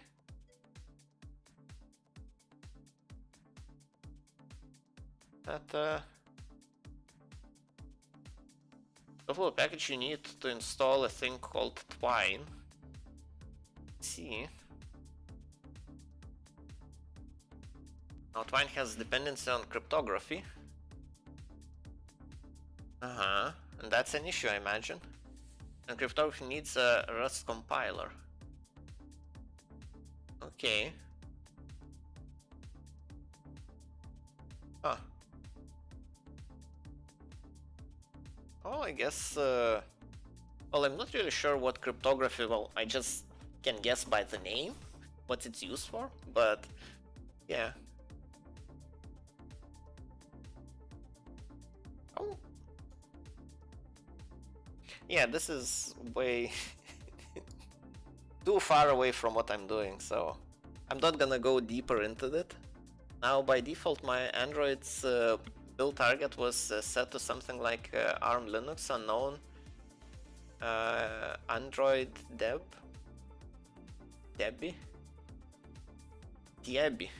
I guess it should be Debbie.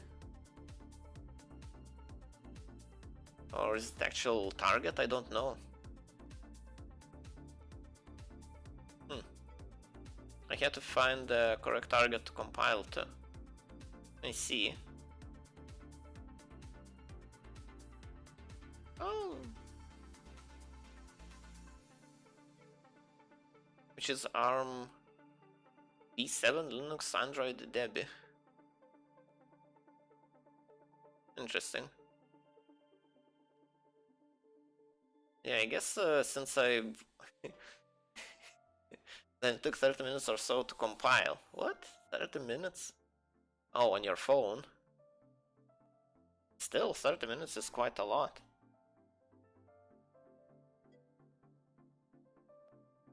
Direct CPU, as you can imagine. Well, yeah, compiling will do that. Well, what... I guess it has to incorporate quite a lot of stuff to make to compile the code, but still, and it finally worked. So is this first project you posted in Pip's repository?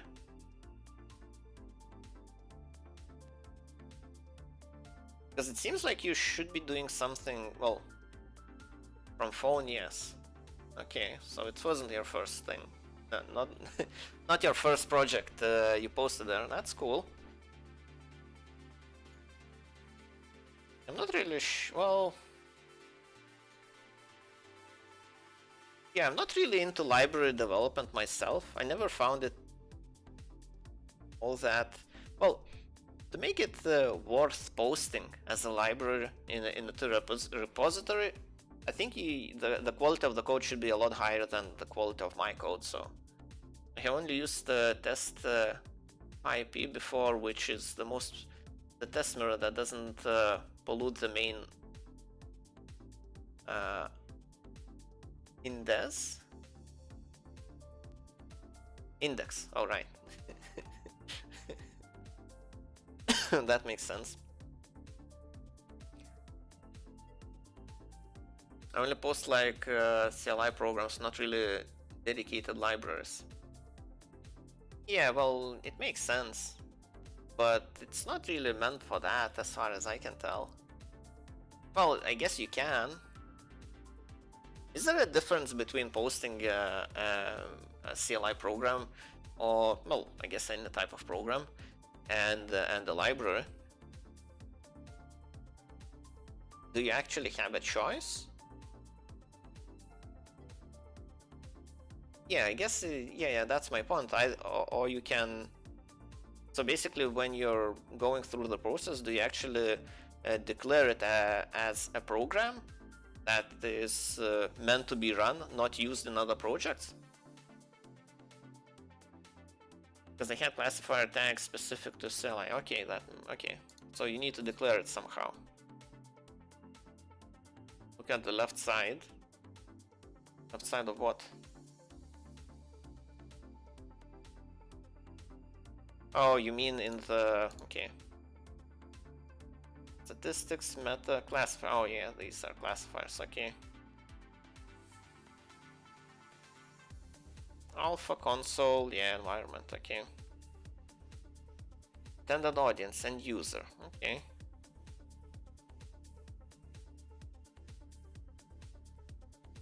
Text processing.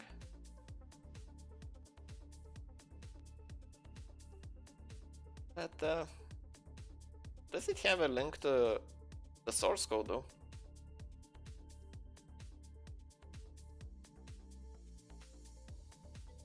Homepage? Yeah, I guess this makes sense. Do you have in your readme? I guess this is your readme. Yep.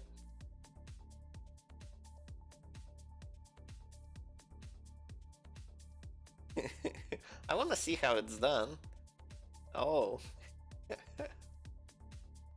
Flushes, nozzles, prefixes. Notices bulge, yeah.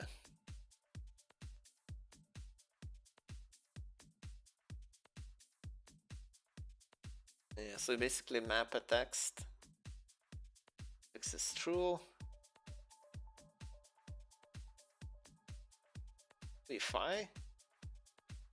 Thing that needs translating.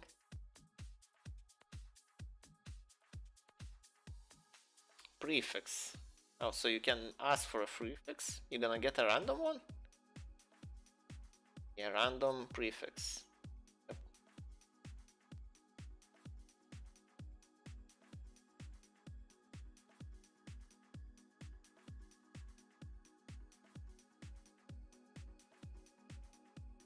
Source, destination.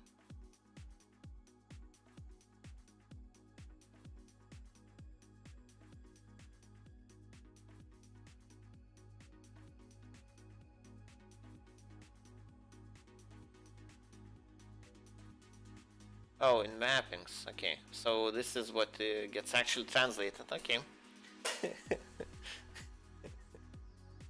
Right. Check the CLI mode.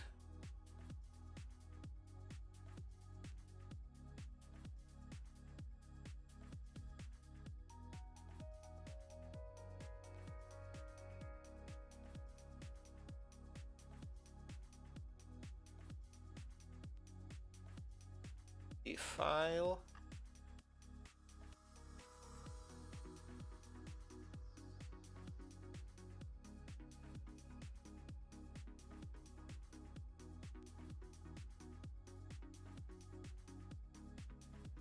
Port. Don't really see what you mean.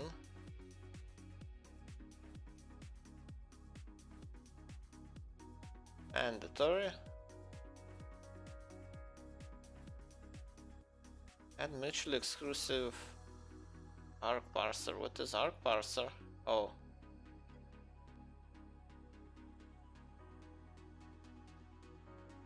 Formatter class.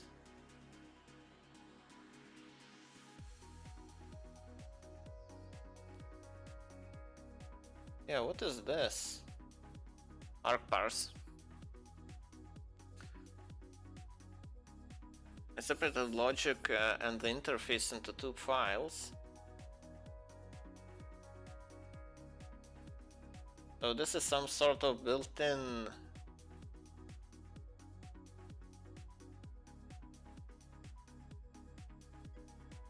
action.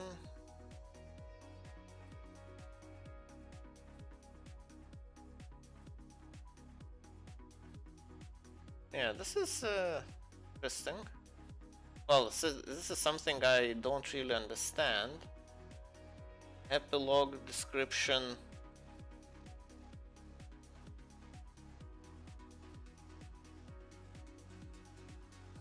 It's a built-in CLI library. Yeah, I don't really make CLI. Well, I guess all of my applications are outputs into the console. They're not well, they don't have graphical user interface, but I don't really use CLI to interact with it. So I've never actually done anything like this.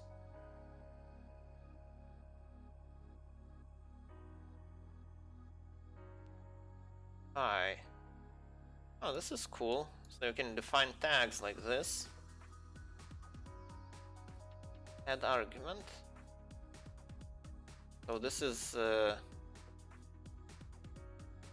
why does it have two of them?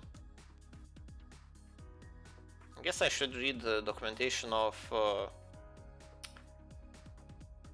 arc parser.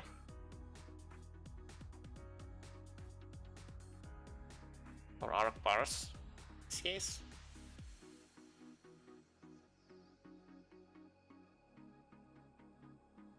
Cool.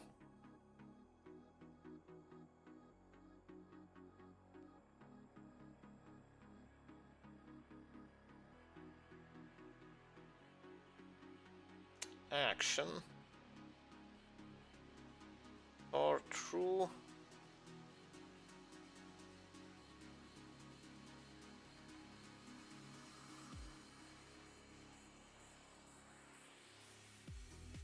Meta-var. So meta variable? Interesting. Yeah, I guess without knowing the library itself, it's really hard to read what it actually does.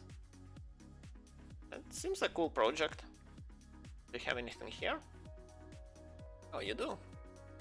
So you have the main.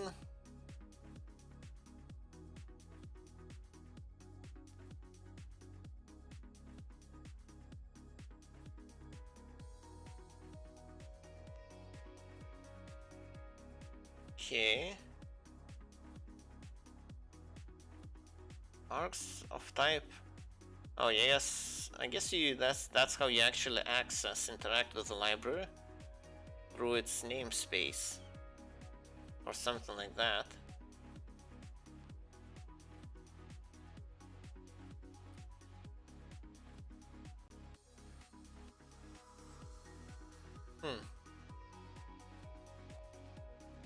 Yeah, this is definitely an interesting exercise on using argparse.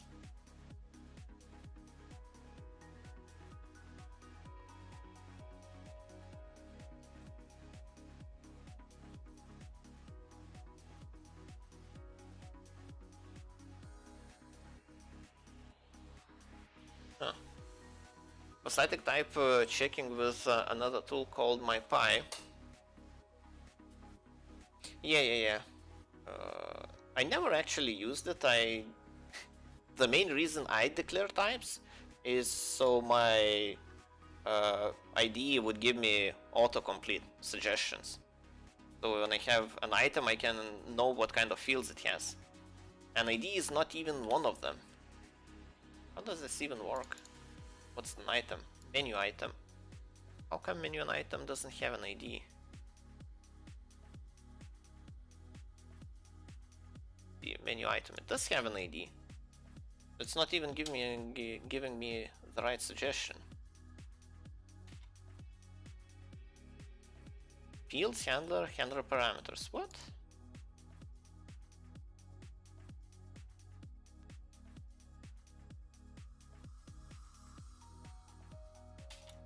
I guess he just doesn't like ID. There. You think your functions and just check with MyPy ID does that itself?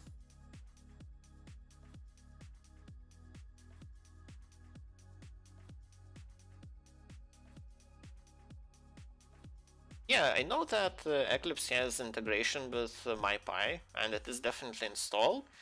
And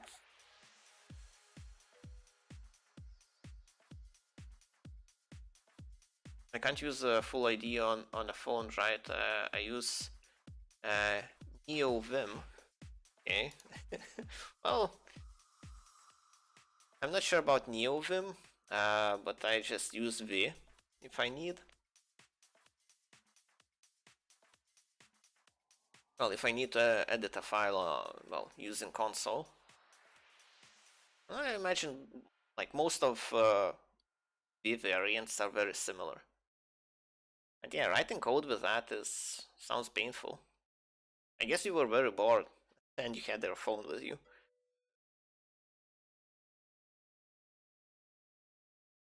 But yeah, this is not, well, I don't do this for type checking or anything. Yeah, this assignment was purely to get the actual list.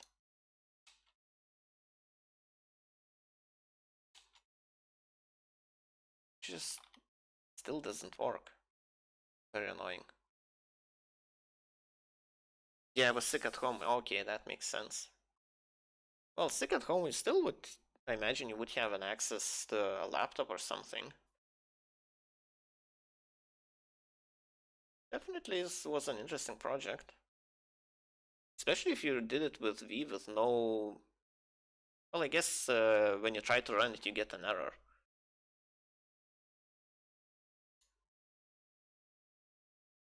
Stopped. Okay. Playing again. I need to finish up with this. Okay, error translation is done. Okay. Oh, I need to add fields to it. Oh, that's a... Well, I guess it is what it is. So basically when I have an error, I need to do this as well. I need to check if there's a field. See, errors, error labels. Oh, error fields. Fields. A list as well. Oh, it's actually should be a dictionary.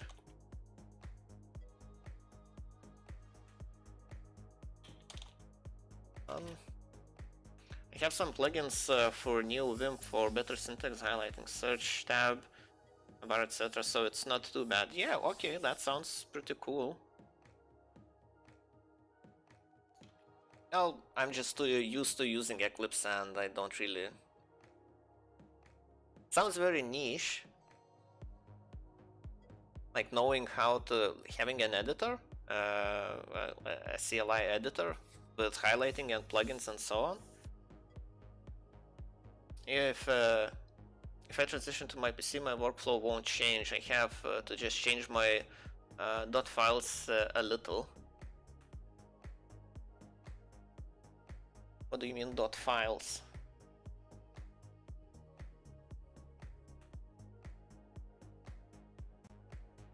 Yeah, not really sure what you mean by dot files. Can't really think what that could be on the spot.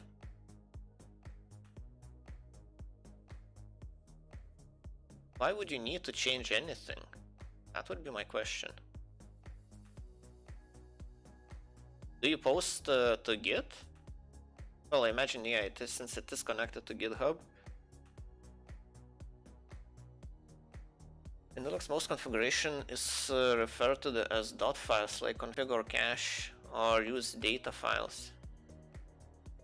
Yeah, use Git, yeah. Yeah, it makes sense since the project is actually posted on GitHub. See, well, I guess I never looked into it deep enough to actually know what's a normal term for configuration on Linux. Usually I just Google for a specific thing I want to set up.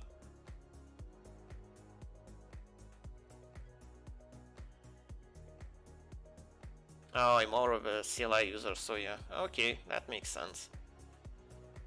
I just never felt the need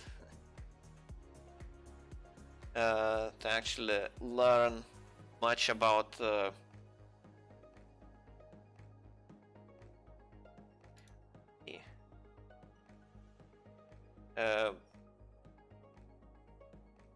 about CLI in general, I'd say. I use Z shell and all that. Yeah, at some point I read into that, the B shell, Z shell, corn shell, so on.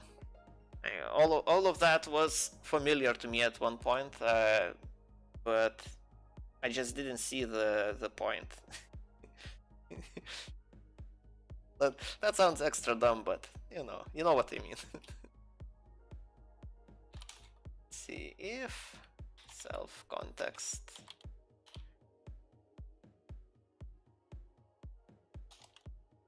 Self context. Right, error fields, not none, and what could be error?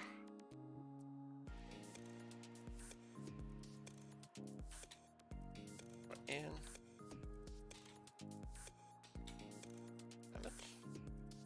an error in.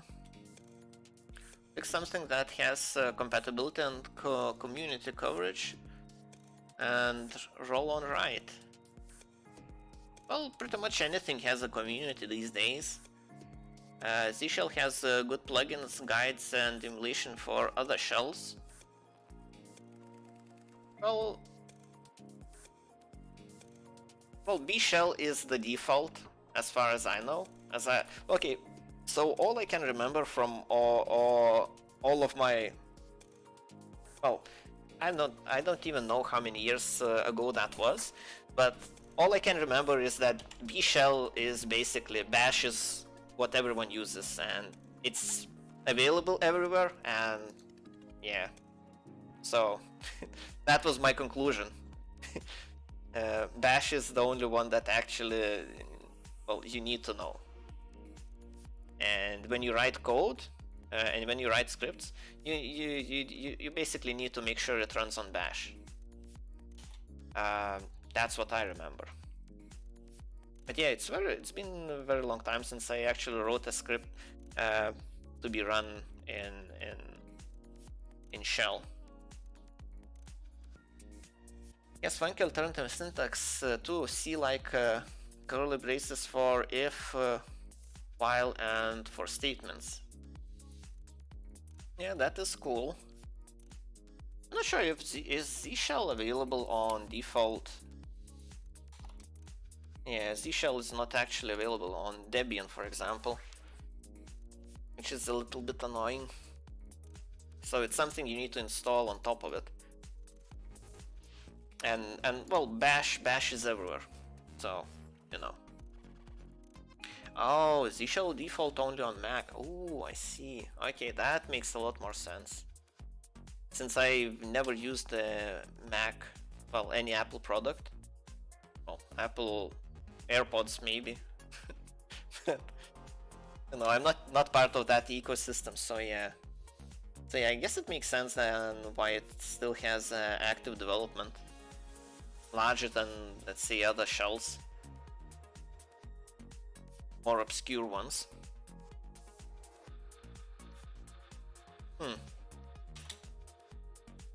I don't remember actually reading about Z shell being default on Macs, but I don't remember many things, so maybe I just forgot about it. For context, error fields,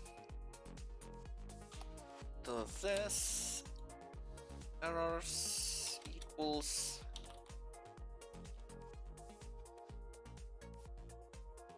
no, not errors. Oh, it is errors. Concatenates it. Ooh. I guess it's not a problem. Yeah, this is an odd situation. I guess it's fine. I use it, albocos, on Mac, and sometimes Bash. Zcash default on Mac. You have to change on Linux. Yeah, it looks like it because I just tried to switch to Z shell and yeah, it doesn't well, doesn't recognize it. Command not found. That's what it says. Errors. Format.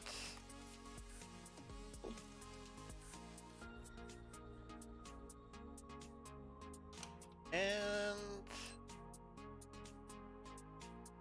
context fields.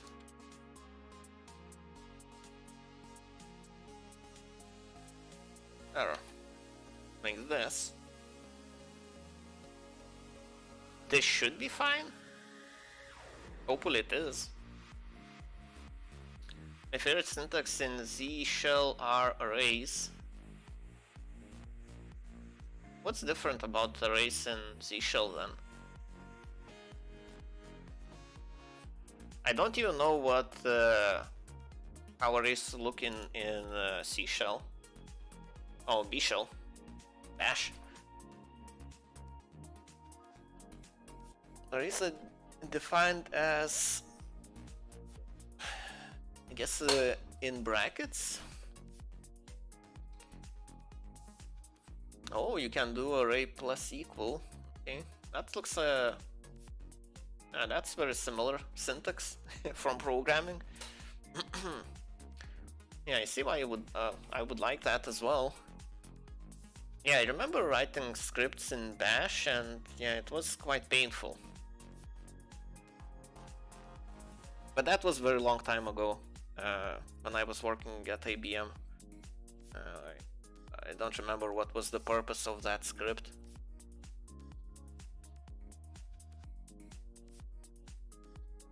And the uppercase ARR joins it with colon. Ah.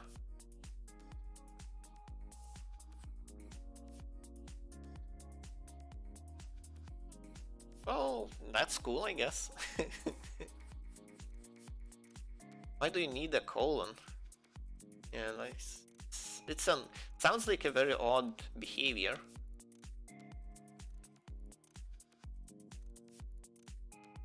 Yeah, I guess, well, you know, I guess I just need to know to understand why it's what's the use case for that. Let's see, because I don't see any colons in the definition. Yeah.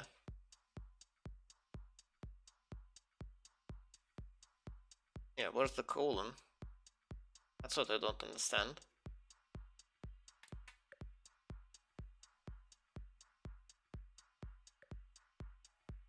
Oh. Isn't this easier to read? Well, it doesn't look right because, well, path you actually construct is lowercase, and the one you export is uppercase.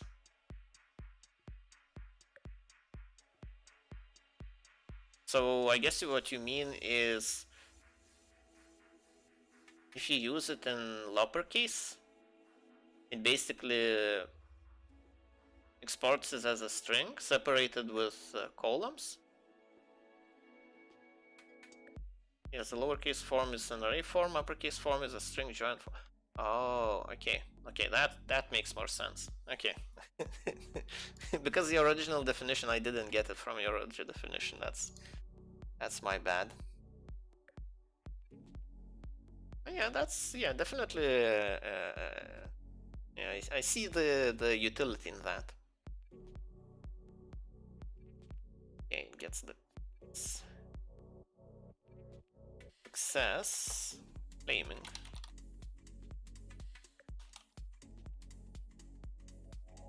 Okay. Oh, I think it should be plus.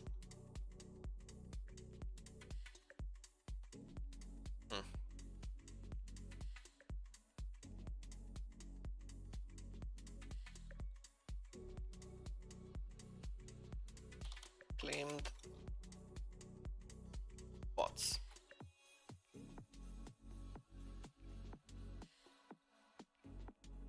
Let's have it like this. So in case it's 0 bots, or 1 bot. Usually it will be 1 bot. Okay, let's have it like here. Valid option. Oh wait, not right. Oh, I should change this. It says claiming.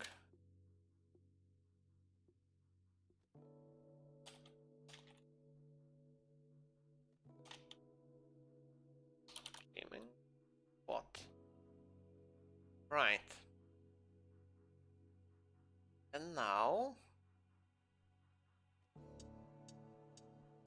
okay, delete bot now, claim bot.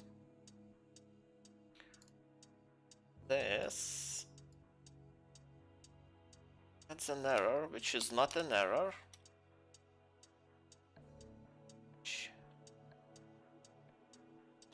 Parse messages, success claiming bot. Also, I need to add error. This part of the menu, it's menu context.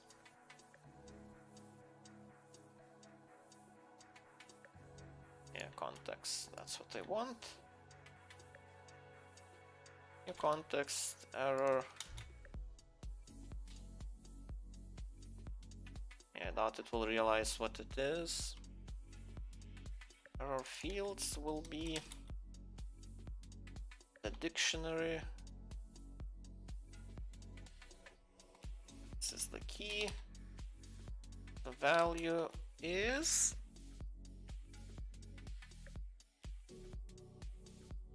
claim bots. So this is the value.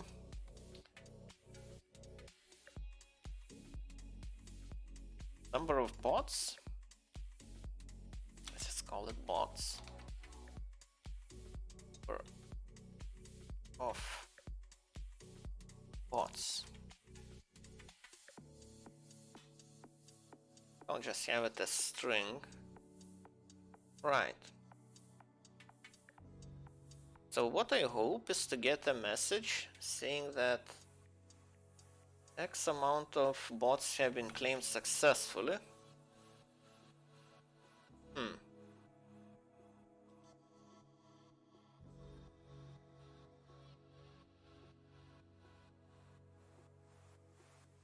So this checks if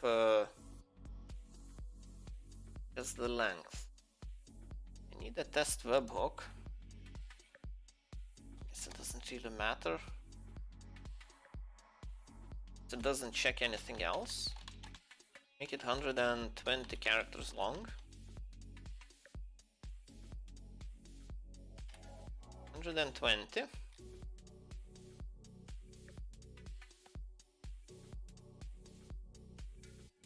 Oh, so this is one, so I need one more, okay.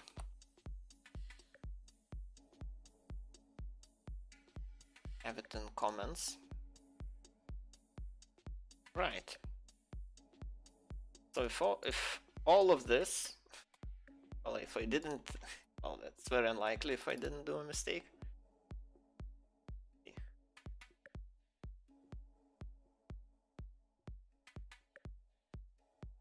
Right, new bot.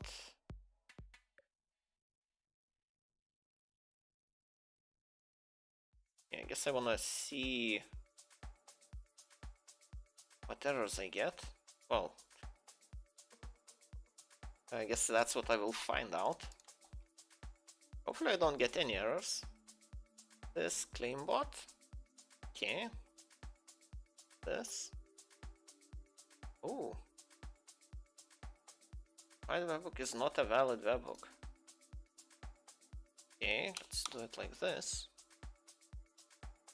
Okay, successfully claimed 0 bots. Yes, it works. This is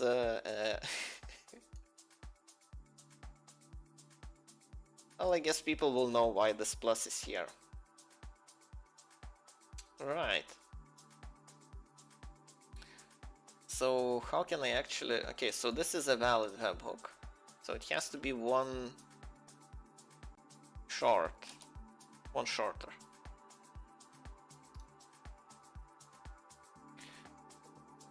Okay, I should create some bots using this webhook then, to test that I actually can claim them. Right. Let's do the real. Create new bot. Okay. Kill bot. Let's see. Set players to be monitored is me. Anything else? I need a webhook. Enter webhook for kills. So this is the webhook. I need anything else? I think that's it. Is not a valid webhook? Ooh. Am I checking incorrect?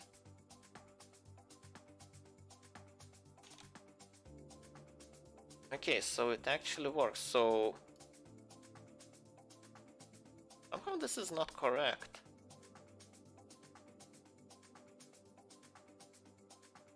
That's a little bit odd.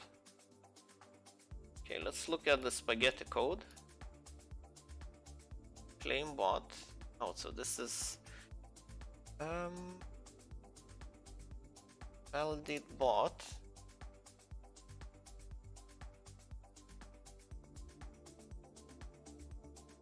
Doesn't really look like validation.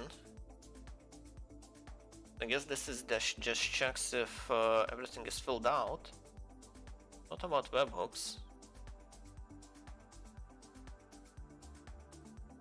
Wait, claim what does it actually check? Yeah, get webhook errors. But it's not here. Oh no, it is here. Hey, it does the same check.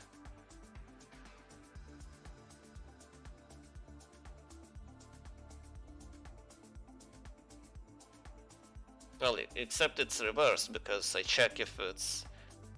Well, I return true if there is an error, and I return false if there is... Well, yeah. The values are reversed, but the checking is the same.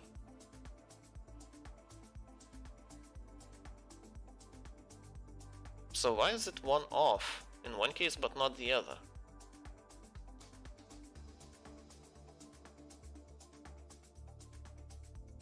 That is a little bit bizarre. I don't see the difference. Both use len. Just compare it to a number.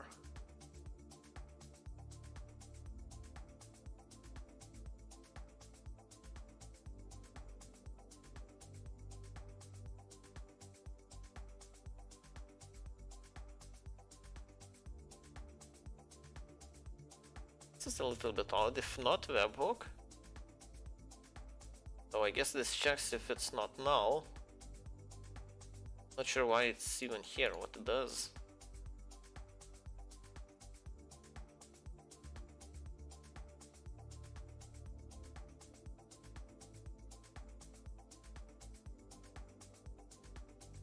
This is very odd. Maybe the string gets modified somehow?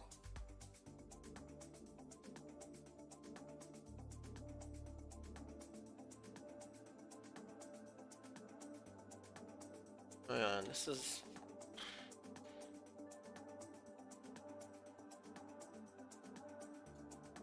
Okay, maybe let's get a genuine webhook, see if the validation passes. That's it. Integration.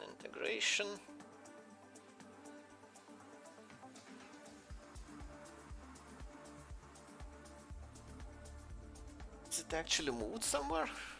Or it's hidden because Discord is in streamer mode? Yeah, that seems like that might be the case.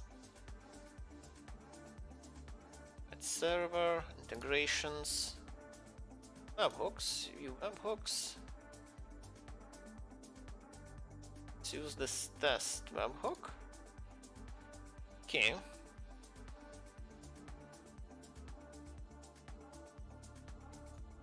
Have it somewhere around here.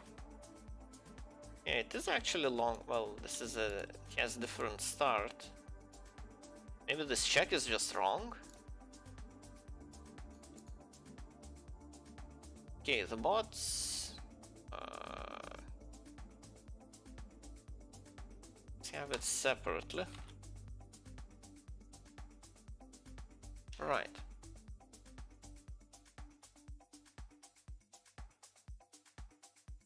Let's see.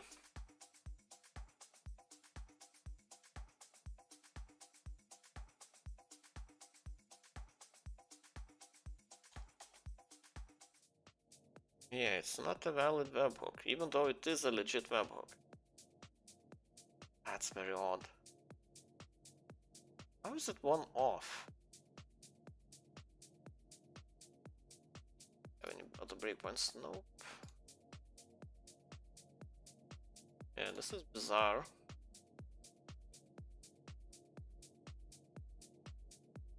Checking right now.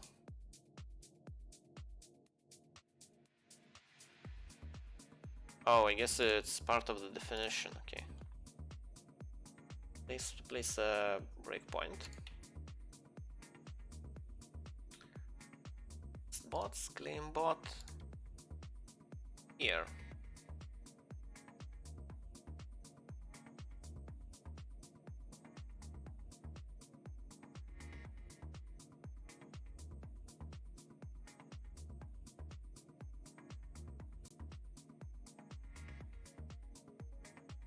So how is this? Is there a white space at the very beginning? Something?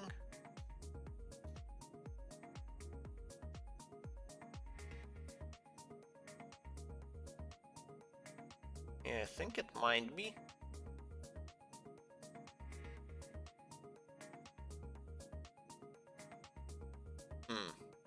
Or it might be just for readability's sake, which is more likely. Huh.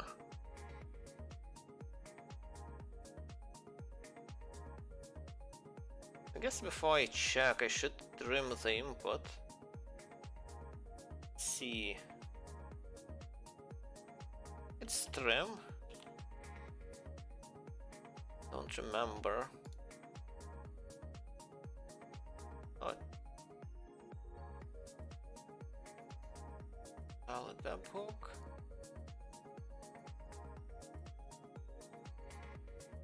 So when handler is called,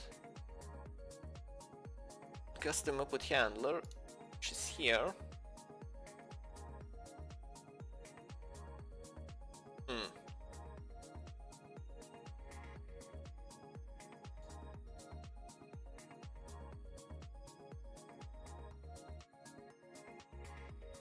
I don't have debug enabled for this menu.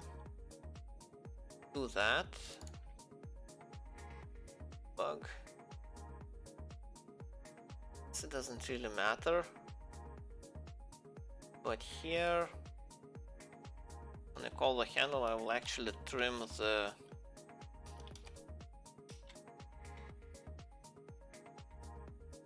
this is how we call it. I don't remember. Let's see. Built-in types.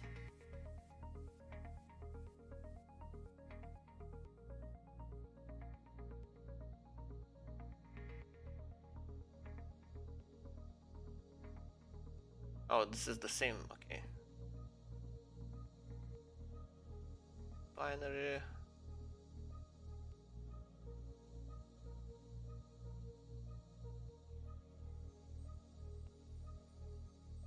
Next sequence type.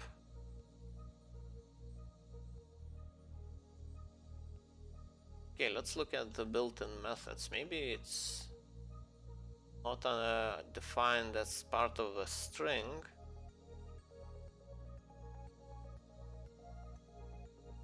String methods. Okay, let's look at string methods. Code. Format.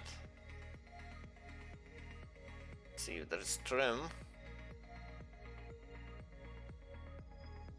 Split. Any moment. Title. Translate. So there is no trim. Okay. Wrong.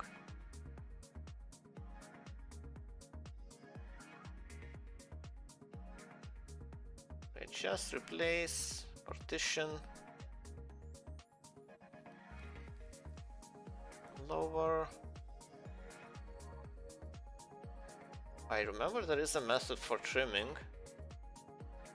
Is a bunch of is methods.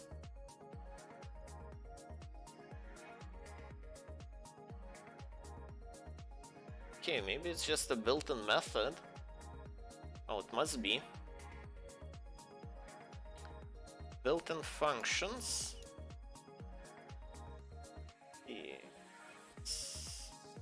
Tuple type. Okay.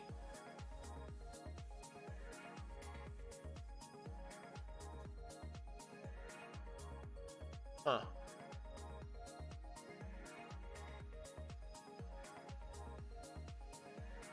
How do I actually do the trim?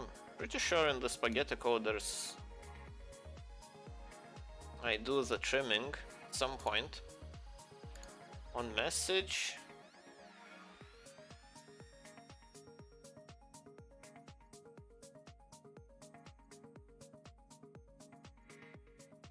Message. Okay, let's handle message. Message content.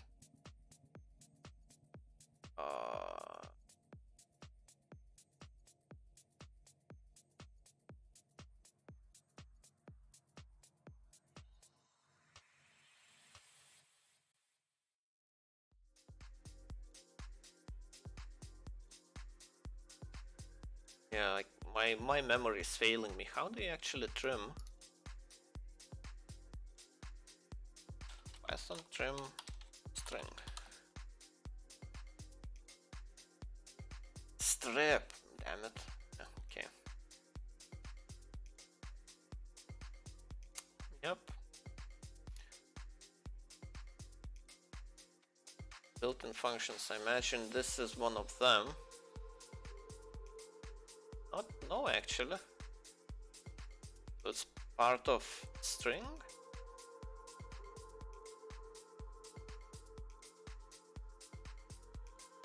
Split. Strip, yep. Okay. Where was it? Webhook. Oh, actually, I should do it here. Call handler, trim, strip. Strip.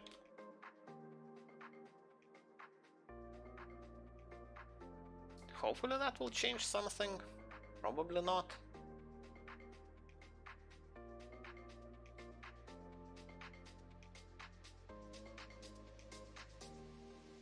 Oh, wrong file.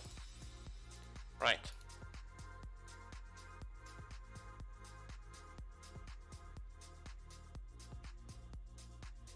Still okay. Still have the webhook. Test. Claim.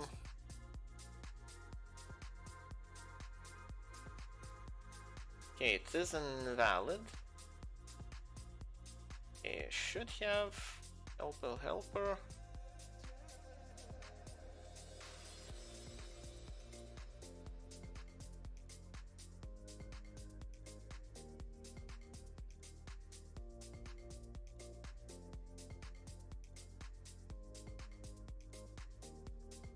I don't see menu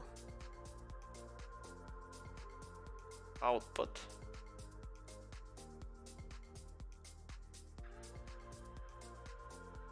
All about the helper. Okay, that's... It's not using the logger. Oh, it's using main logger for some reason. Using menu logger. Menu. Yeah, that explains why it's not actually logging. Right. I guess the only option I have is to change the validation, since it seemed to be one off somehow. Don't really have a good explanation why. It expects to be one longer, so this should be 19. It's 22. It's 23.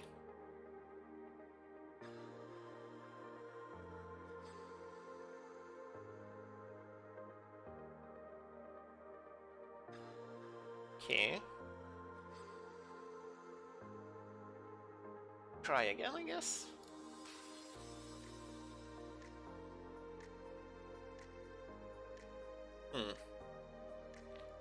Bigger bots. Aimbot. Webhook. Oh. Duplicate entry. So I guess I'm trying to claim the bot that already belongs to me. Okay, that shouldn't result in a crash.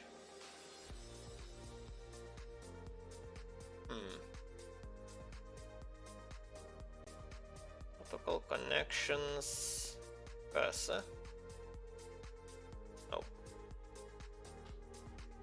Helper.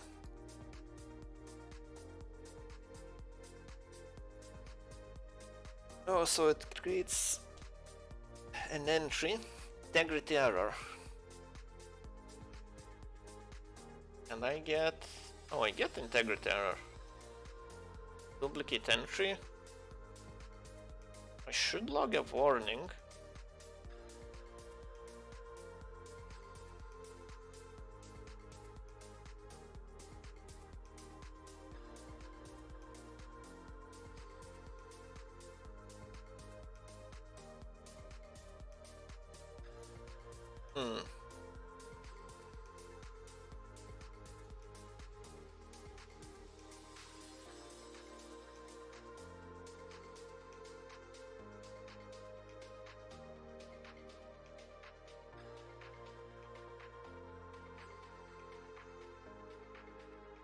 So helper should have printed out a warning instead of this.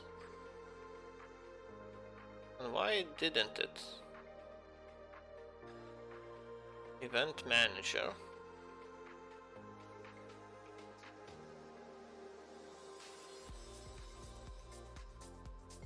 Oh, because I don't actually do try and catch. Oh, I do try and catch. What?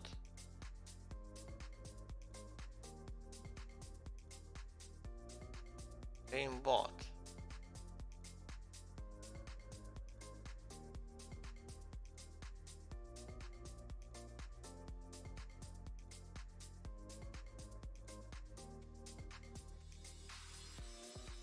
An exception is here. is of type integrity error. PyMySQL integrity error. Is this not? Oh, it's from SQLite.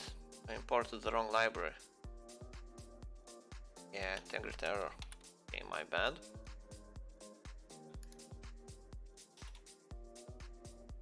Oh, PyMySQL errors. Okay. Wrong import, and also I wanna do res minus equal 1. Hopefully it works the same way as plus equal 1. I guess I'll find out. Right. Run again. Oh, list bots. Claim bot. Oh.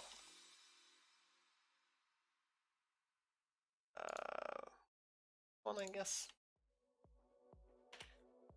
So the result should be that nothing gets claimed. Yeah. I should get a warning. Yeah. Warnings. So I guess there are 3 bots that are actually set up with this. And helper. Yeah, helper prints out the warning itself as well. Unique user ID configuration ID constraint. Duplicate entry. I guess this prints out the same thing. I don't really like how Hikari hijacks the logging. But okay, whatever, I guess.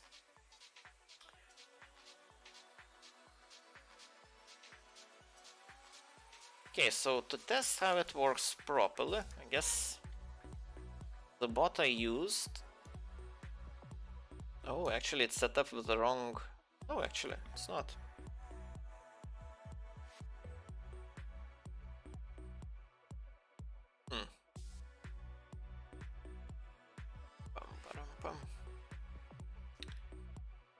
Guess I need to go to the database, which I don't have.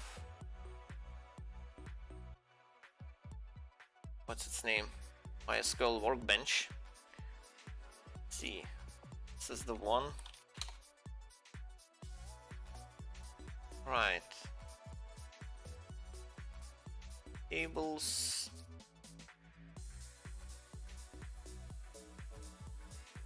I think this is the one I'm looking for. Well, actually not. Oh, this is where the actual entries are getting created. Okay. Expiration ID. Yeah, because the constraint is unique or user ID and configuration ID. So user ID and configuration ID, these are unique.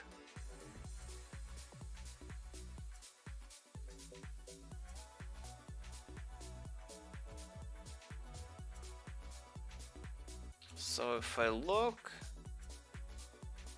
so the columns indexes, unique user ID, yeah, so this is unique, made out of those 2 indexes. Okay. LUD is unique and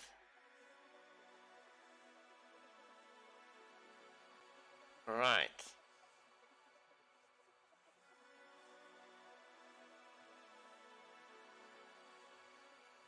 $1,062.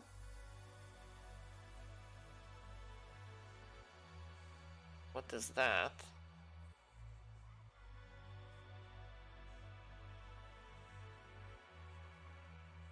So just part of the error. Okay, I guess this is the error ID or something.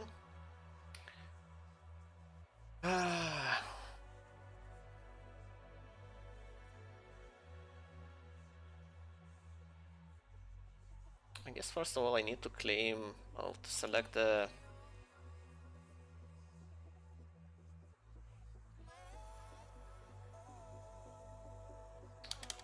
select out the configuration.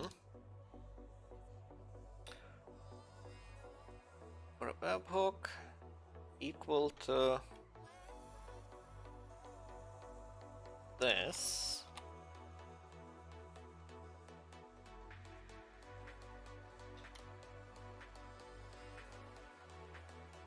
Oh, don't want to save.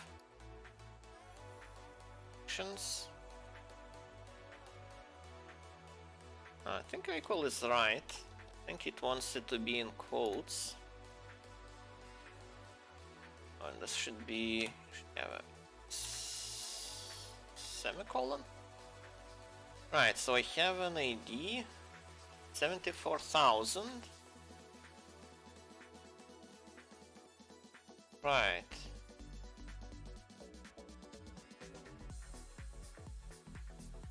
Configuration ID.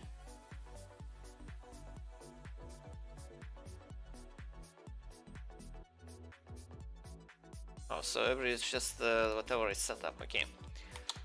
So now, I need to update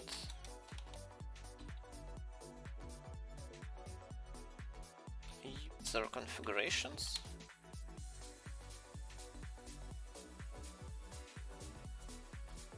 Just copy the name.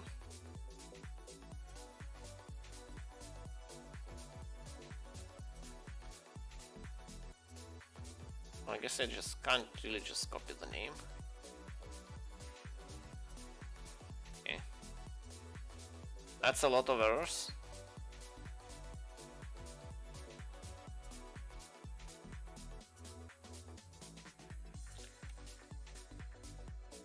Doesn't let me do. Oh, should probably have a semicolon here. And beyond online. Still doesn't give me anything. Never. I'll just type it out in that case. User configuration. Operations. Set user ID equal to 2, where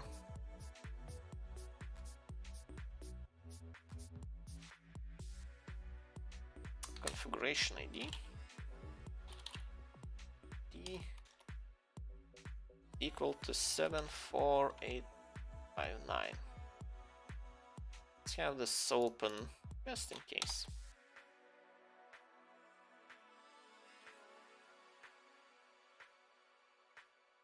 We're interrupted.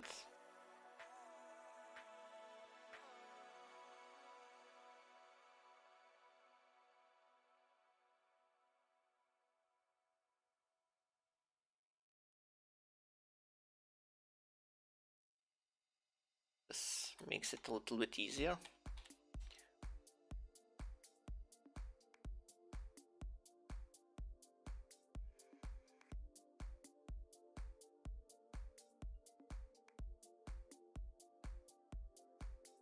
Let's actually do anything.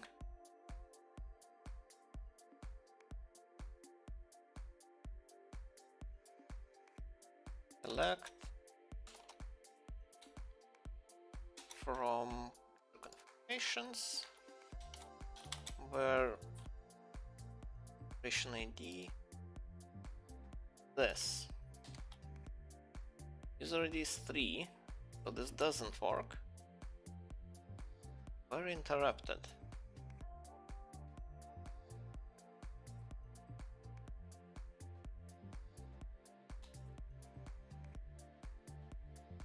Why didn't it update? Commit.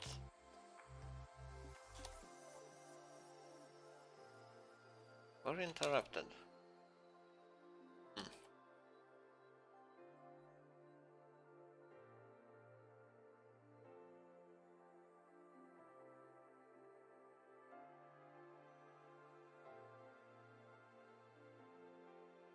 It's odd how I have different number. Oh, I guess not really. Now that I think about it.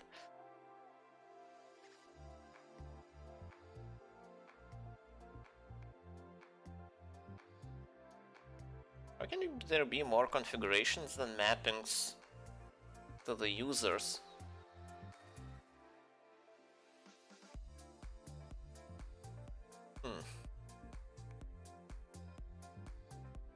Guess it doesn't really matter.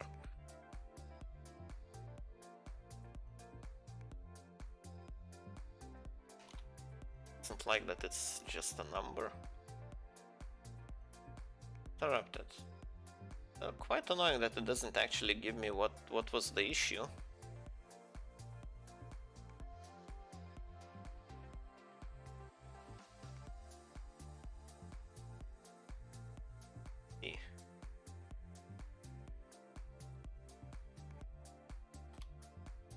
I just do it like this. Set user ID equal to where ID. Oh, I guess it doesn't like it.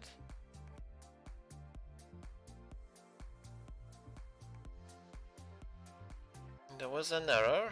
Cannot add or update child row. Foreign key constraint. Oh, so actually there is no user too. Okay, that makes sense. Yeah, query completed. So now it's assigned to a random person. So since there is no user, so the first user in the users table is with an ID 3, which is me, because I was doing some testing. And yeah. Okay. So what does this mean? Is that when I list bots, I should have 4 entries instead of 5. Yeah. Now I want to claim it. So what it will do? Yeah, it will introduce another mapping, which is fine, I guess. Yeah, that should be fine. Okay. So I take this webhook.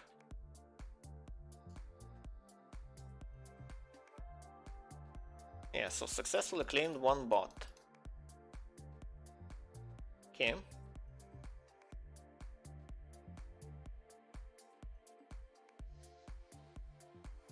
Nice.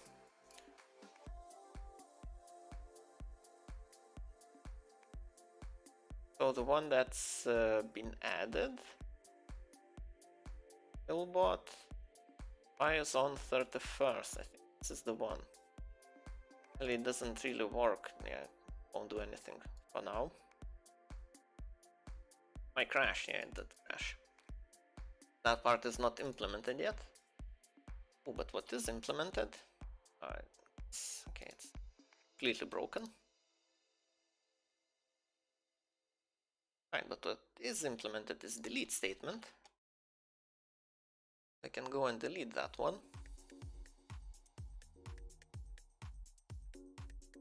2022. Yeah, all the rest are way older. Let's do delete. Number 5. Firm. And it's gone. Nice. So it won't be visible to anyone, even the random person that I assigned it to. This is how not to do development. Messing around in the production database for testing purposes is not a good idea. So do as I say, not as I do, I guess. And I'm done for today. I'm happy that it's, oh yeah, I need to do a commit, so I will forget about it. Let's see, creation,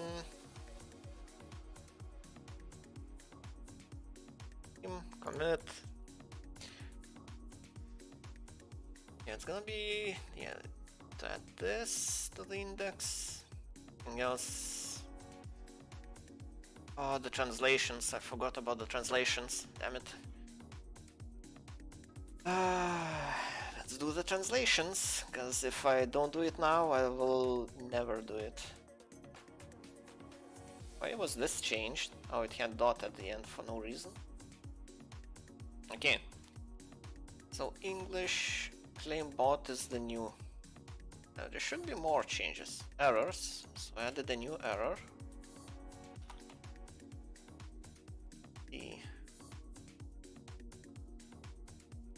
So Spanish. Errors. Another error. Keys. Russian. Hindu.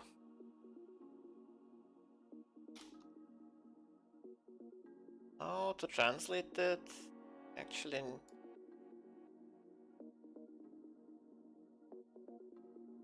this.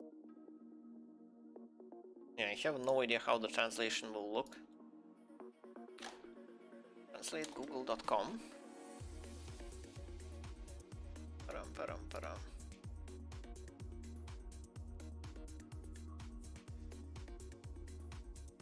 Hindi. Hopefully this makes sense. I have no idea. All of these letters look the same. Is there a difference? Is there capital letters in Hindi? Other capital letters in Hindi? Because looking at this, it doesn't look like it.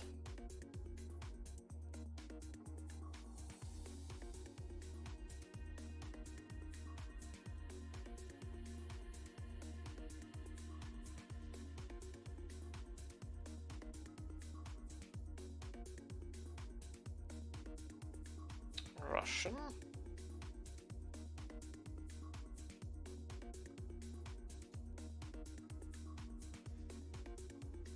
I actually didn't need to.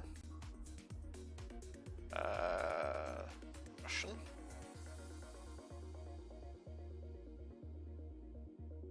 In Russian, you can definitely tell that these are in capital letters.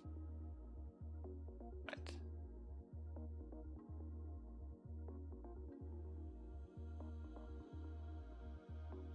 Yeah. Keys.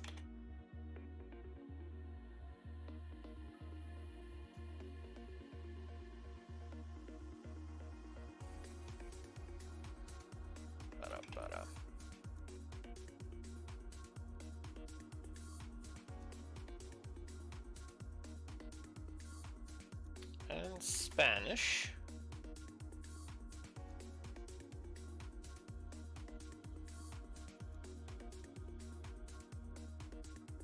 Interesting, it doesn't show as one of my recently used languages.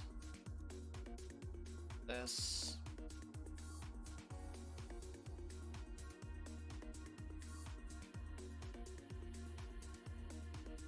Right, what else? The next will be what menu? This? No, all the rest are look good. Successful claiming, this needs to be added to listbots menu.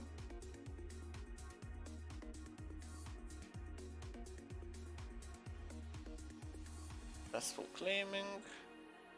Oh.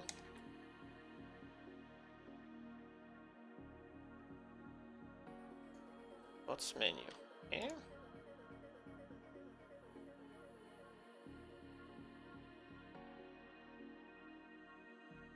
Yes, let's have it translated to Spanish first.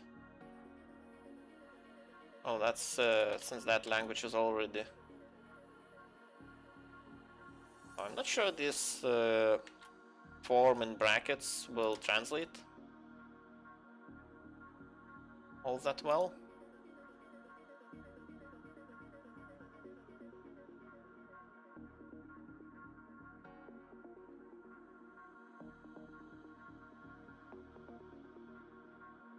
I guess to make sure I should check. I should translate this bots. Yeah, it's the same. This is fine.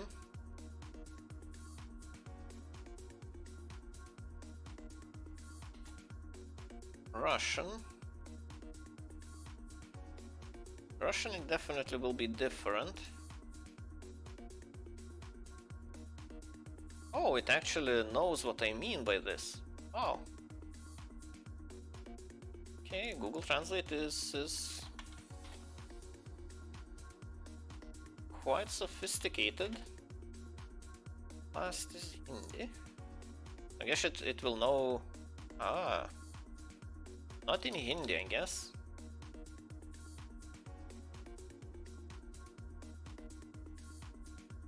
And S. This is not good.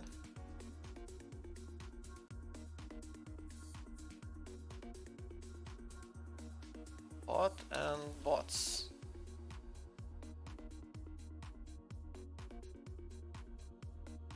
Okay, I don't understand Hindi. I guess I'll need to ask Risk when he's back. I'm not sure this is correct, but I will use it for now. Right.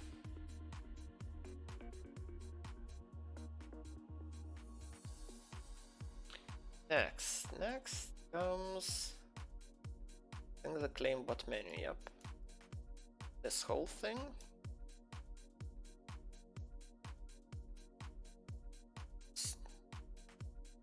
Okay, Hindi translates a little bit too much.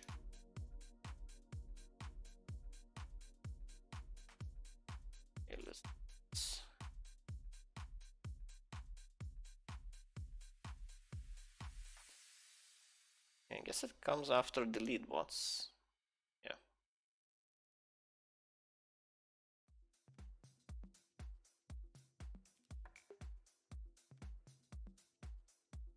Bots, delete bots, delete bots here.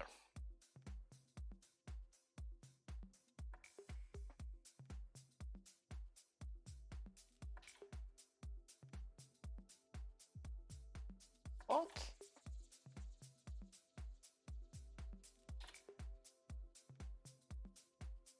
I feel like, well, I don't know if Google actually has an API. It'd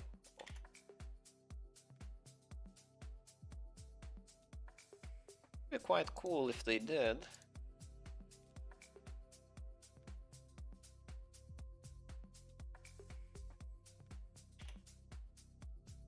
Then maybe I could do all of this translation automatically and support all of the languages Google Translate supports. Would be kind of neat.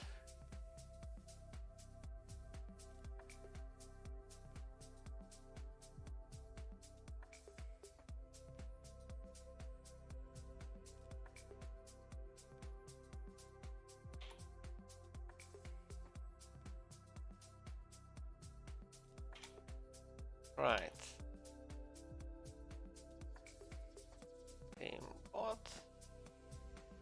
Portuguese. I guess I already have one translation.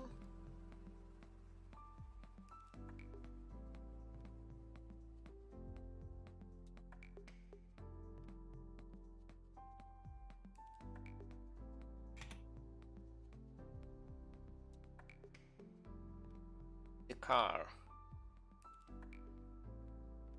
Last but not least, Spanish. It is a little bit arbitrary with the languages I support.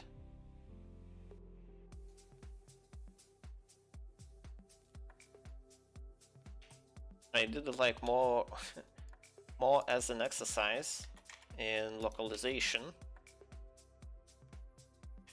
than the actual utility, but people seem to be using the translated version, so can't really go back on it now. I can only expand into supporting more languages. So I think all of the translations are done. Okay, and now I can actually do the commit. So add all of these. Okay. ClaimBot implementation.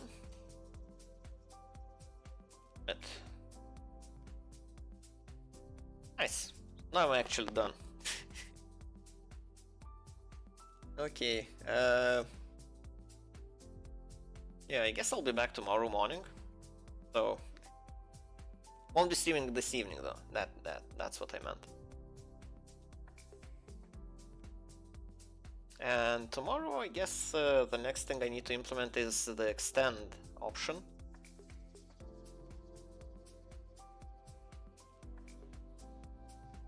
I really like this notification window that I got going. Looks very, it draws the eye immediately. I really like it.